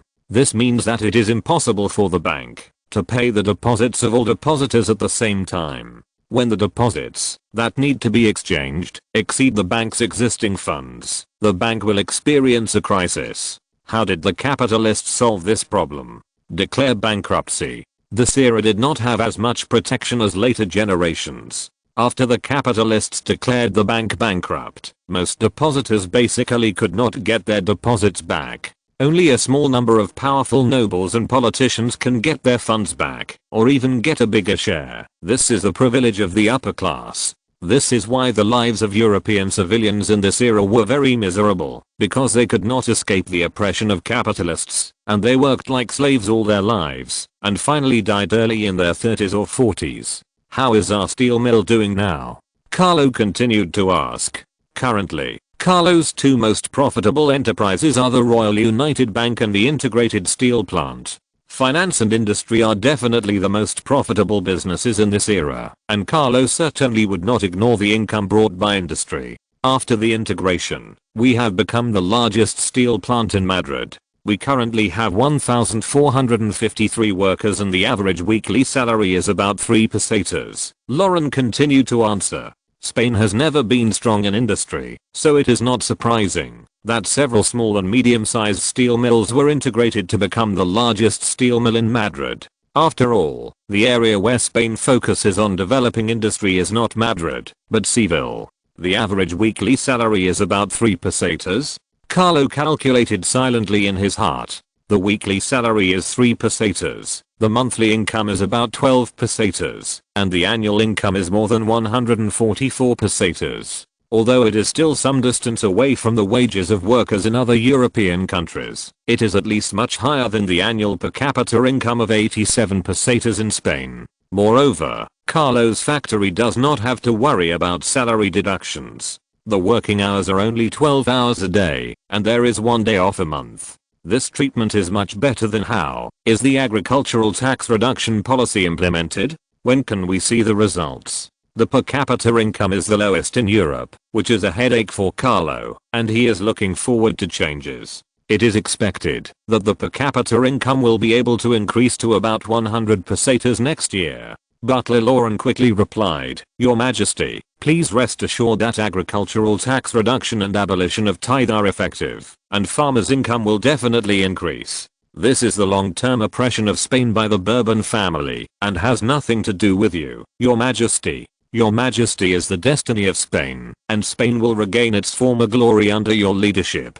Carlo smiled and didn't care much about Butler Lauren's flattery. The chosen one was a bit exaggerated, but Carlo was at least not one of those foolish monarchs. He knew to treat the people as human beings, and only then would the people support him. While the per capita annual income increases, the income of our employees must also be increased. Carlo ordered. The royal family's enterprises are the benchmark for all Spanish enterprises, and there must be no problems in this regard. I understand, Your Majesty. Butler Lauren nodded, indicating that he understood. How is the profit of our steel mill? How is the construction of the steel mill in Seville going? Carlo asked between income and expenditure. At present, we have invested about 1.5 million pesetas in the construction of a new steel plant in the industrial base in Seville, and it is expected to be put into production in the second half of next year. By then, the number of our workers will exceed 2,000, and the annual income will increase to more than 3 million pesetas. Butler Lauren replied. After all, Carlo underestimated the potential of making money in industry in this era. In addition, the income of Spanish workers was not high to begin with, and Spain's infrastructure requires a large amount of steel, so steel mills in Spain at that time were completely profitable. First update, please support. Chapter 71 Preparations for the Partition of Africa. Since factories like steel mills are basically in a state of making profits without losses, what else is there to say? Of course, we should vigorously build steel mills. The continuous expansion of the steel mills will also help improve Spain's overall industrial level, which is beneficial to both the royal family and the government. It can also provide more jobs for Spaniards and accelerate Spain's economic development, which is a win-win-win situation. Without any hesitation, Carlo immediately instructed Butler Lauren, next, focus on the expansion of the bank and the steel plant. Other industries can be postponed for a while. There is no other way. If Spain wants to catch up with the second industrial revolution, it must attract a large number of relevant talents from other countries. If you want to attract enough talents from other countries, money is necessary first. Money can move people's hearts. No matter how great the achievements of those researchers are, they are ordinary people and have certain material needs. Even if they don't have much material needs, they still have families and their families will have related needs. Therefore, the easiest way to win over a talented person is to give him and his family enough money and provide them with the material and life of an upper class person in a country. Letting a scientist who was originally poor and even on the verge of losing his family suddenly enjoy the life of a top official in the country with endless money and endless material enjoyment will definitely tempt this scientist. Although throwing money around seems to be a rather crude way, at a time when most European civilians are living in poverty or even hell, throwing money around is indeed the most effective way. Of course, no matter which era it is, the lives of the lower class people are destined not to be very good. It's nothing more than that more advanced technology has raised the bottom line to a certain extent, but there will always be a bottom level of society in any country. Carlo thought carefully for a while and asked. It will take at least 5 million pesetas to build our branch, and we have to leave enough cash for the existing bank. At present, we should be able to embezzle about 25 million pesetas of funds, and there should be no problem using it within a year. Butler Lauren thought for a while, and gave a more pertinent answer. The current royal bank has a big problem, which is that most of the deposits come from the nobility. But this is also good news, because these nobles made large deposits because of Carlo's face, and it is unlikely that they will unite to run the bank. This also gave the royal bank enough funds to embezzle, and with the backing of other royal enterprises, it could calmly deal with small-scale bank runs. The 25 million pesetas were all invested in steel, chemical industry, machinery, steam turbines and military industry, which is also our main goal in the near future. We can also invest in these existing factories in Spain. After all, we cannot promote the industrial development of Spain by ourselves. Carlo ordered. These industries are in short supply in Spain. Considering the needs of Spain's future development, these industries will be profitable for a period of time in the future. The Royal Bank currently has some capital, so it naturally would not miss the opportunity to invest in these industries. After all, Spain is still in a state of disrepair in these areas. Once the investment is successful, the future beneficiary may be a Spanish industrial giant. In addition to wanting to earn income and develop Spain's industry, Carlo wanted to invest in these industries also, to win over the working class, which was already a rising class force. If capitalists can incite workers to march to threaten the government, why can't the royal family? When Carlo controls tens or even hundreds of thousands of workers through a large number of industries, he only needs to compare the treatment of workers by the royal industries with the treatment of capitalist workers by other workers. These will naturally understand who to follow to live a better life. With the power of the workers in his hands, Carlo naturally does not have to worry about the threat of the next government. Whoever becomes the next Spanish prime minister after Primo must take into account Carlo's influence in the government and the people. This is also the benefit that the afterglow of the monarchy of this era brought to Carlo. When Carlo first came to Spain, his influence was the lowest, and he was most likely to be sidelined. Once Carlo has overcome this low period and gained stable royal power, no one should underestimate the influence of the royal power. Prepare an additional 2 million pesetas in funding. I may need it later. Hearing Carlo's instructions, Butler Lauren nodded quickly without asking any reason. As a qualified and loyal servant, it is best to follow your master's instructions and not ask too many questions. If it is something that I should know, the master will definitely tell me. If it is not something that I should know, how can I have a good impression if I ask rashly? Butler Lauren understood this very well, so he refused to ask questions that he shouldn't ask. Carlo was also quite satisfied with Butler Lauren's attitude. The purpose of this fund was no big secret. Carlo smiled and said, "It is still too difficult for Spain to achieve revival by relying on its own land. At present, Africa has not been completely divided up by the great powers, and we can still find land that belongs to us outside the colonial outposts of the great powers exploiting the domestic people. While preparing the funds, you can also help me find explorers at home and abroad who can be contacted. At least in the early stages of the operation, I hope that the actions of our expedition team can be kept secret for the time being." The powers generally advocated that whoever occupied the colonies first would own them. After all, the relationship between the powers was complicated and confusing, and in some cases it was not possible to directly rely on force to fight for colonies' advance and hoist the Spanish flag. Spain will have the moral upper hand, even if there are colonial conflicts in the future. Moreover, it was only 1870, and Africa had not yet been completely divided up by the great powers. Even countries like Portugal and Belgium could get a piece of the pie in the division of Africa, so why couldn't Spain, which was even more powerful, do so? Second update, please support. Chapter 72 Spain lacks people. Franco-Prussian War, the European situation also ushered in a period of calm. Of course, the reason the situation was calm was because the troublemaker British Empire was preoccupied with Ireland's autonomy movement. The official name of the United Kingdom is the United Kingdom of Great Britain and Ireland. The Kingdom of Great Britain is made up of England and Scotland governments rule. However, the British Empire at that time was the undisputed world hegemon and the most powerful naval power. With the glory of the Victorian era, it temporarily suppressed the independence desires of the Irish and Scottish. When the British were facing internal problems, the French were licking their wounds after the war, and the Germans were receiving large amounts of funds to start developing industry. The golden period of development for other European countries had arrived. More than 2 months passed quickly, and the main building of the electrical laboratory that Graham had been dreaming of was finally completed. At Graham's urging, the Royal Electric Power Research Institute was successfully moved to the new main experimental building, and research on generators officially began. When people mention direct current and alternating current in later generations, the first thing they will think of is the current war between Edison and Tesla.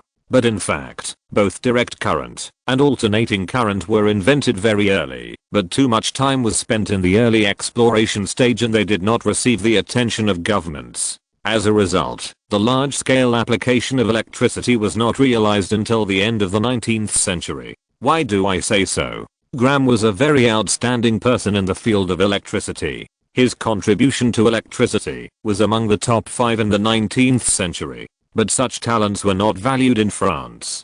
There were many talents like Graham, including the famous Nikola Tesla. More than 10 years later, this field, Faraday and Henry, had determined the principles and feasibility of manufacturing generators. The generators they manufactured were mostly used for experiments and did not demonstrate whether electrical energy could be used for practical purposes. Graham decided to continue the exploration of Faraday and Henry, striving to discover cheap electricity that could be actually used as soon as possible in order to repay Carlo for his support. Carlo actually had some knowledge about electricity, but of course, this so-called knowledge was just common sense in later generations. It was only after hundreds of years of exploration by pioneers like Graham that people in later generations were able to enjoy such convenient and easy to use electricity more than 100 years later. Carlo even knew the accidental story of how Graham promoted the electric power industry. At an exhibition, Graham accidentally connected the wrong wires when installing two generators, and the electricity generated by the generators was sent back to another engine. It was this accident that made electricity quickly put to practical use. The scientists present were ecstatic was finally achieved so easily. The dynamo is a generator, but it can also be turned into an electric motor. This discovery made electricity quickly become one of the most important energy sources in the second industrial revolution, and later changed the world. But all this had to wait until Graham built his generator. After all, only with something could he have an excuse to make his proposal. Without evidence, it was impossible to prove the rationality of such a statement. Graham's electric power laboratory were almost next to each other. It was called an engine company, but it was better to say an engine research laboratory. Both were his own companies, and Carlo would not favor one over the other, so he would naturally inspect both.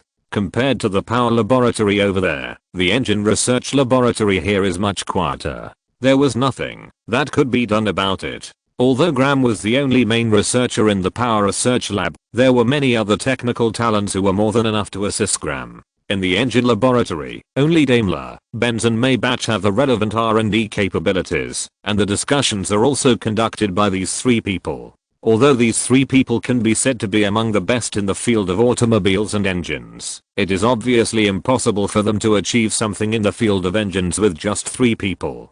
Carlo also set his next goal, which is to recruit as many senior talents as possible for the power laboratory and to recruit middle and low-level talents for the engine laboratory. In Carlo's mind, both laboratories should be equipped with at least 3 to 5 scientists plus dozens of technical talents with a certain amount of knowledge as assistants. As the laboratory's research projects become more advanced, the laboratory's staffing is also growing. That is to say, everything is still in its infancy, and it is okay to have fewer people. This also constantly reminds Carlo that Spain is still too short of relevant talents. And it's not just the electrical and engine fields, but also the chemical industry, physics and chemistry fields and other industries. Spain needs a large number of mid and low-end talents to fill the gaps. Thinking of this, Carlo could no longer sit still. Carlo called the director of the Royal Security Intelligence Service, CADI, and gave him a new task, which was to go to various European countries to find those impoverished scientists and technical talents and invite them to immigrate to Spain.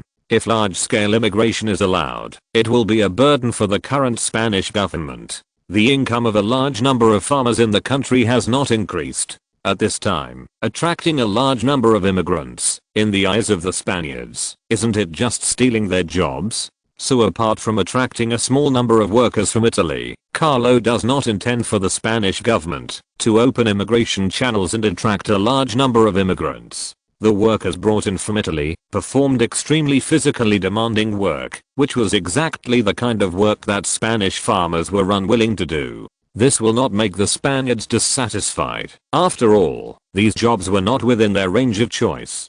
Spaniards that Carlo asked Carlo to accurately find those impoverished scientists and technical talents, and to introduce a group of low and middle-end talents that Spain urgently needs, by focusing on quality over quantity, while also looking for scientists who might be won over to Spain. First update, please support. It is confirmed that it will be released on Friday and the author is saving the manuscript. Brothers, how many days do you want to see the author update? Chapter 73 Visit Italy, confirming that the power laboratory and the engine research room were operating in an orderly manner. Carlo finally breathed a sigh of relief and decided to go abroad in person to attract some talents to join Spain. By the way, since Carlo became the king of Spain, he has never left Spain until now. The situation in Spain has now stabilized, and with two big bosses, Primo and Serrano, in charge of the country, there is no need to worry about any accidents happening in Spain. Taking advantage of this opportunity, Carlo decided to return to Italy. On the one hand, he would make a diplomatic visit to the Italian government, and on the other hand, he would take the opportunity to attract a group of Italian technical talents and scientists to Spain. The reason for choosing to go to Italy is that King Vittorio Emanuele II of Italy is Carlo's father, which will help Carlo's talent attraction plan to a certain extent. Although Italy's overall illiteracy rate was high, it was mostly farmers in southern Italy who pulled it down. If we only look at the industry, economy, and education in northern Italy, we can only say that the original reforms of the Kingdom of Sardinia were very successful, which is why the Kingdom of Sardinia eventually unified Italy. Compared with the corrupt and autocratic Kingdom of the Two Sicilies, the more enlightened and powerful Kingdom of Sardinia also received more support from those who supported the unification of Italy, including Italy's real god of war, Garibaldi. Yes, another purpose of Carlo's trip to Italy was to recruit some more military talents from Garibaldi. At present, Giotti has been promoted to the commander of the Royal Guards, and his military abilities make Carlo very satisfied. In fact, there were quite a few talented people among the Red Army formed by Garibaldi. Many of them later became parliamentarians or even cabinet ministers in Italy, and some even became prime ministers. If Carlo could attract a few talented people to be loyal to him, he would have more available people at his disposal. He not only did not refuse, but also asked Carlo to take some officials with him to learn Italy's advanced experience in reform. Italy is a powerful country after all, so there must be something that Spain can learn from. Moreover, Italy is not weak in industry and economy, but its per capita output has been lowered after integration. Even Italy is still quite strong in the military industry. The Italian Navy's research and development and manufacturing capabilities are also first class in Europe, much better than Spain at present. In this way, Carlo's original visiting group quickly expanded from less than 200 people to more than 500 people. In order to protect the safety of Carlo and the entire visiting delegation, the original number of accompanying troops was increased from 100 man guards to an army of more than 300 people. After all, it was the king who was making an official diplomatic visit with a large group of officials, and the Spanish government attached great importance to it. Most of Spain's navy, which was originally small, was dispatched to escort the cruise ship carrying the king and a large number of officials. On the other side of Italy, Vittorio Emanuele II also received news of Carlo's request for a diplomatic visit. There was no reason to refuse such a request. Vittorio Emanuele II decisively asked the government to agree to Spain's diplomatic request and ordered the government to prepare for Carlo's reception. Carlo was originally a prince of Italy and is now the king of Spain, so the etiquette for receiving Carlo must not be low. And seeing the king's smile when he heard the news of a diplomatic visit from Spain, the current Italian Prime Minister Giovanni Lanza immediately understood the etiquette of receiving Carlo. Is there any need to ask? Everything is done according to the highest standards. It was another familiar and uncomfortable sea journey. The speed of ships in this era was not slow, and the bumpy and shaking feeling on the sea made Carlo a little irritated. The good news is that Spain and Italy are not far apart, so this uncomfortable sea journey doesn't take long. Crown Prince Umberto were waiting for Carlo's arrival at the port, showing Carlo and Spain their respect. Watching a cruise ship slowly approaching the port under the escort of Spanish warships, Crown Prince Umberto felt a little complicated. He didn't expect that his younger brother, who had been sick since childhood, would become king earlier than him, and he didn't know how long he would have to wait before he could become king. However, as the eldest son and crown prince, Umberto's future throne is still quite stable. Although his feelings are complicated, he is not too jealous of Carlo. After the cruise ship stopped, the royal guards were the first to get off the ship and stood in line waiting for Carlo. Under the gaze of everyone, Carlo slowly boarded the port, followed by several Spanish officials. Prime Minister Giovanni and Crown Prince Umberto walked up quickly, showing the etiquette of being the host. Your Majesty Carlo. Carlo. Brother Umberto. Prime Minister Giovanni. Carlo also walked up with a smile and started to greet the two. Prime Minister Giovanni, there is no need to be so formal. For me, returning to Italy is like returning home. Carlo said with a smile. The many Italian officials following Prime Minister Giovanni proved that the Italian government attached great importance to Carlo, which made Carlo quite happy. If I could attract some talents in Italy, I think the Italian government would not care too much, right? After all, Italy's population is much larger than Spain, and the education situation in northern Italy is much better than that in Spain. Some ordinary talents should not be taken too seriously. What's more, in addition to being the King of Spain, Carlo is also the noble Duke of Chablais in Italy. This is also a characteristic of European aristocracy. Although the title of king is far greater than that of duke, the king can also serve as duke at the same time. Before Spain completed its reforms, the title of the King of Spain was also quite complicated. Carlo's predecessor, Queen Isabel, had an extremely long list of noble titles, including not only the titles of King of Castile, Leon, Aragon, but also many titles of Duke and Count. However, since Queen Isabella, the ruler of Spain has only the title of King of Spain, and all other titles have been integrated into it. Prime Minister Giovanni did not admit that he had prepared the grand welcome ceremony, but instead attributed all the credit to King Emanuele and Crown Prince Umberto. This was all ordered by His Majesty the King and His Royal Highness the Crown Prince. I was just doing it on their behalf. But I still want to say, Your Majesty, welcome back to Italy. Second update, please support. Chapter 74 Urging Marriage was in a very good mood when he returned to Italy. There are not so many intrigues in Italy, and the relationship with the brothers is very stable. It is much better than the terrible situation in Spain. After returning to the room where he lived before going to Spain, Carlo's mood finally calmed down for a while. The fatigue from the journey made Carlo very sleepy, so Carlo decided to enjoy a good night and reminisce with his father and brothers the next day. This time when Carlo came to Italy, the two maids also came with him. After all, they are also Italians, and the purpose of their trip this time is to take their families to Spain. After all, they don't know when they will return to Italy next time. Carlo has many maids, but Anna and Alice are not ordinary maids. They are only responsible for Carlo's daily life and help Carlo solve some personal matters. Their status is more like Carlo's lover. Although I cannot give them a legitimate status, I can still provide them with a wealthy family life. If Carlo has more lovers in the future, he will be treated the same way. After all, Carlo is not a heartless person. Money is just something that Carlo can easily get. After falling asleep peacefully and enjoying a wonderful night with the help of his maid, Carlo met his father Vittorio Emanuele II early the next morning. Although it had been less than a year since he went to Spain, Carlo felt that his father, Vittorio Emanuele II, had changed a lot. This is normal. Vittorio Emanuele II was born in 1820 and turned 50 this year, which is considered old in this era. In addition, the unification of Italy made people relax, so the change of status was natural. If Carlo remembered correctly, it seems that King Emanuele II in history did not live past 60. If it is not much different from the history, it may be just a few years. Father, how come you look much older after more than a year?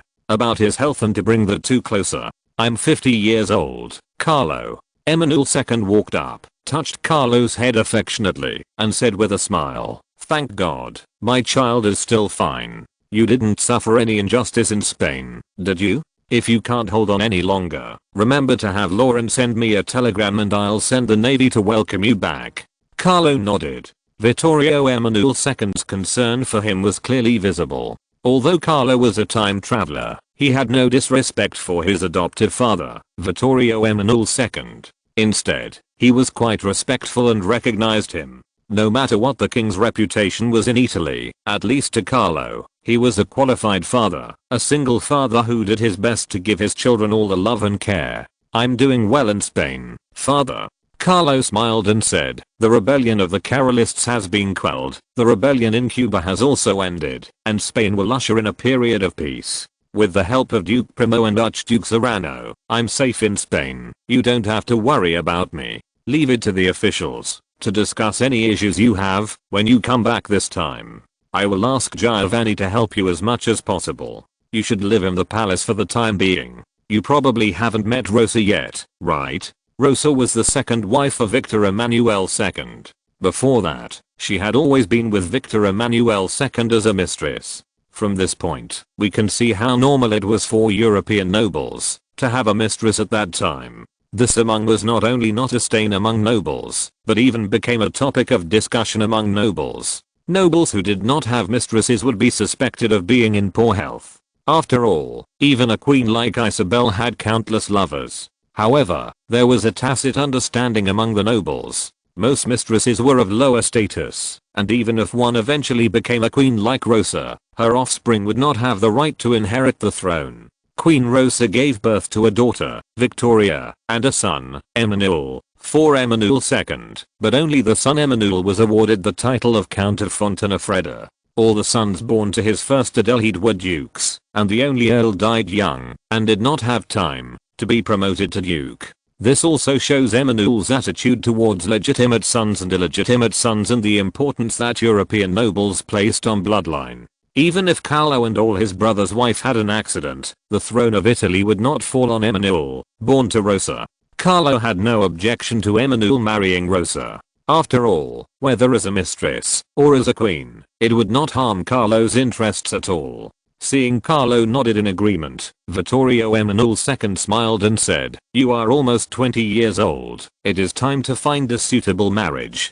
Carlo, I believe you also understand that a suitable wife can not only keep your palace in order, but also bring a lot of help to the development of the country. It's a pity that Adelheid is no longer with us, or she would have chosen a beautiful queen for you." Things like this kind of marriage arrangement are usually handled by the mother, who usually organizes a large banquet, invites potential marriage partners to attend, and then looks for the girl of his choice at the banquet. But because Carlo's mother, Queen Adelheid, died too early, matters concerning the marriage could only be arranged by Carlo or the Spanish government. Although Rosa was also the Queen of Italy, she was not Carlo's mother, and she was a queen who had married a nobleman. The banquet she prepared might not necessarily invite the royal families of the powerful countries.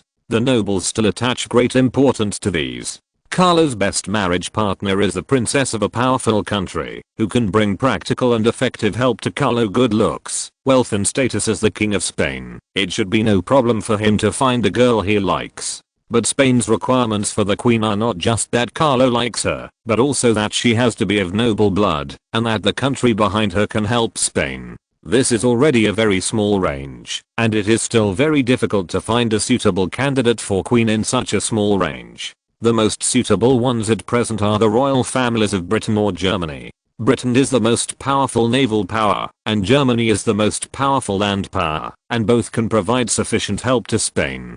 But thinking of Queen Victoria's famous hemophilia gave Carlo a headache. If the Spanish royal family was unlucky enough to inherit hemophilia, it would be really bad luck. Hemophilia is one of the main reasons for the extinction of European royal families, and even in later generations there is no proper cure. The Spanish royal family only has Carlo as its only heir. If the next generation inherits hemophilia due to the marriage with the British royal family, the Savoy dynasty's rule in Spain would probably be counted down. First update, please support. Chapter 75 Fatherly Love. Looking troubled when hearing the word marriage, Vittorio Emanuele II thought Carlo was shy, and said with a smile, "It's okay, Carlo, this is a step you have to go through. Your two elder brothers are already married, and now it's your turn."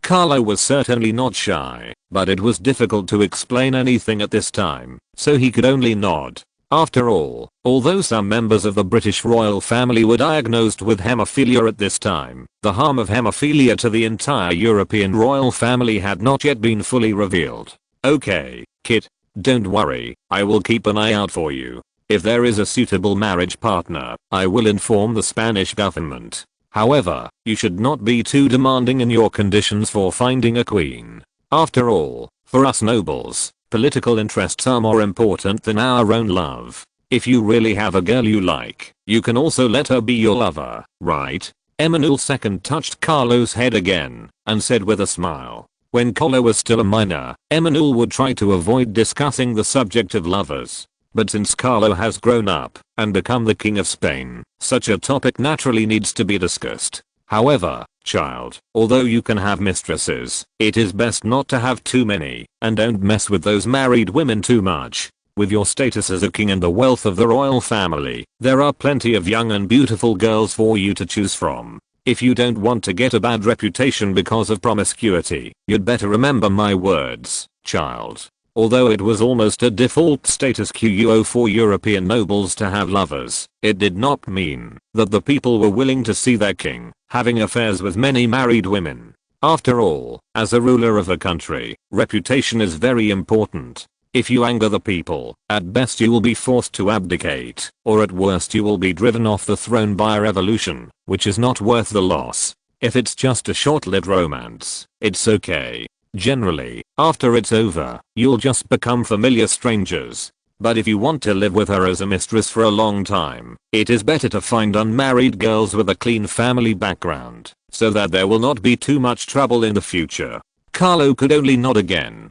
Carlo also understood this. There were no small umbrellas designed in this era, and even the contraceptive technology was very backward. If Carlo were to be infected with any related disease, it would be a total loss for him. Seeing Carlo nodding frequently and looking well behaved, King Emanuele II was in a good mood, and said with a smile, "I heard that you moved the sun to Madrid. How is it going now? You have a good business sense, right? The Spanish royal family should have a lot of assets now, right? The Sun, founded by Carlo in Italy, has now become one of the largest newspapers in Italy. Because Carlo became the King of Spain, after discussing with his father Emanuele, Carlo sold 51% of the shares to the Italian royal family, and only retained 49% of the shares to wait for dividends. More than a year later, today's Italian Sun has become one of the top 3 newspapers in Italy, and its daily sales have exceeded Carlo's original goal of 50,000 copies. Of course, the reason for such high sales is that the Sun has opened in branches Rome and Turin, which combined have enabled the daily sales to exceed 50,000 copies. Although 50,000 copies may not seem like a large number, it can directly affect more than 50,000 families, or at least hundreds of thousands of people. If we talk about the group that can be indirectly affected, I'm afraid there must be at least millions of people. If the spread time is longer, it is not impossible to even millions of people. After all, most illiterate people in Italy would not buy newspapers, and the way they obtain information from the outside world was through word of mouth. If nothing unexpected happens, the sales of Italy's Sun will basically remain at this level, and will not increase much in the short after all terms. Spain's development plan means that the steel mill will not be short of money, but the Spanish royal family does not have that much money to build a steel mill. The royal family's income is only enough to cover the expenses of the palace and the 2,000 strong guards. If it were a little more, the royal family would go bankrupt. Although Carlo's current assets have increased many times compared to when he just left Italy, he still has to cry poor when facing his father. The House of Savoy had been in Italy for much longer than the House of Bourbon had ruled Spain, so the wealth they had accumulated was naturally considerable. Carlo naturally wanted to get some money from his father. Even if it was through an interest-free loan, it would be much better than borrowing from other countries. After all, not only are the loan interest rates from other countries high, but there are also various additional conditions that are not conducive to Spain's future development. But if it is a loan from the Italian royal family, the loan amount may not be large, but it is likely to be an interest-free or low-interest loan, and there will not be too harsh additional conditions. Carlo, who was extremely short of money, would naturally take whatever he could get. No matter how little, it was still meat, and he would not despise it. "You kid, you've become the King of Spain. Why are you coming back to me to cry poor?" Vittorio Emanuele II was a little amused, but he still did not reject Carlo. "By the way, it has been more than a year since you left Italy, so this visit is just the right time to return your pension to you. If you are really short of money, I can give you a share of an interest-free loan of 10 million lire in the name of the Italian royal family, and you just need to pay it back within 10 years. If the Spanish government is short of money, let them go to the Italian banks to negotiate. I can't help them. Even if the Italian banks are willing to lend money to the Spanish government, they will have to pay the interest, and at most exempt some additional conditions. Bankers are not doing charity. If Primo wants to borrow money from Italian banks, he should be prepared to pay high interest rates." King Vittorio Emanuele II naturally felt sorry for his son, but that didn't mean he would support the Spanish government out of love for his son. The Spanish royal family and the Italian royal family are naturally a close family, but if it comes to the interests between Spain and Italy, then they will naturally settle the accounts clearly.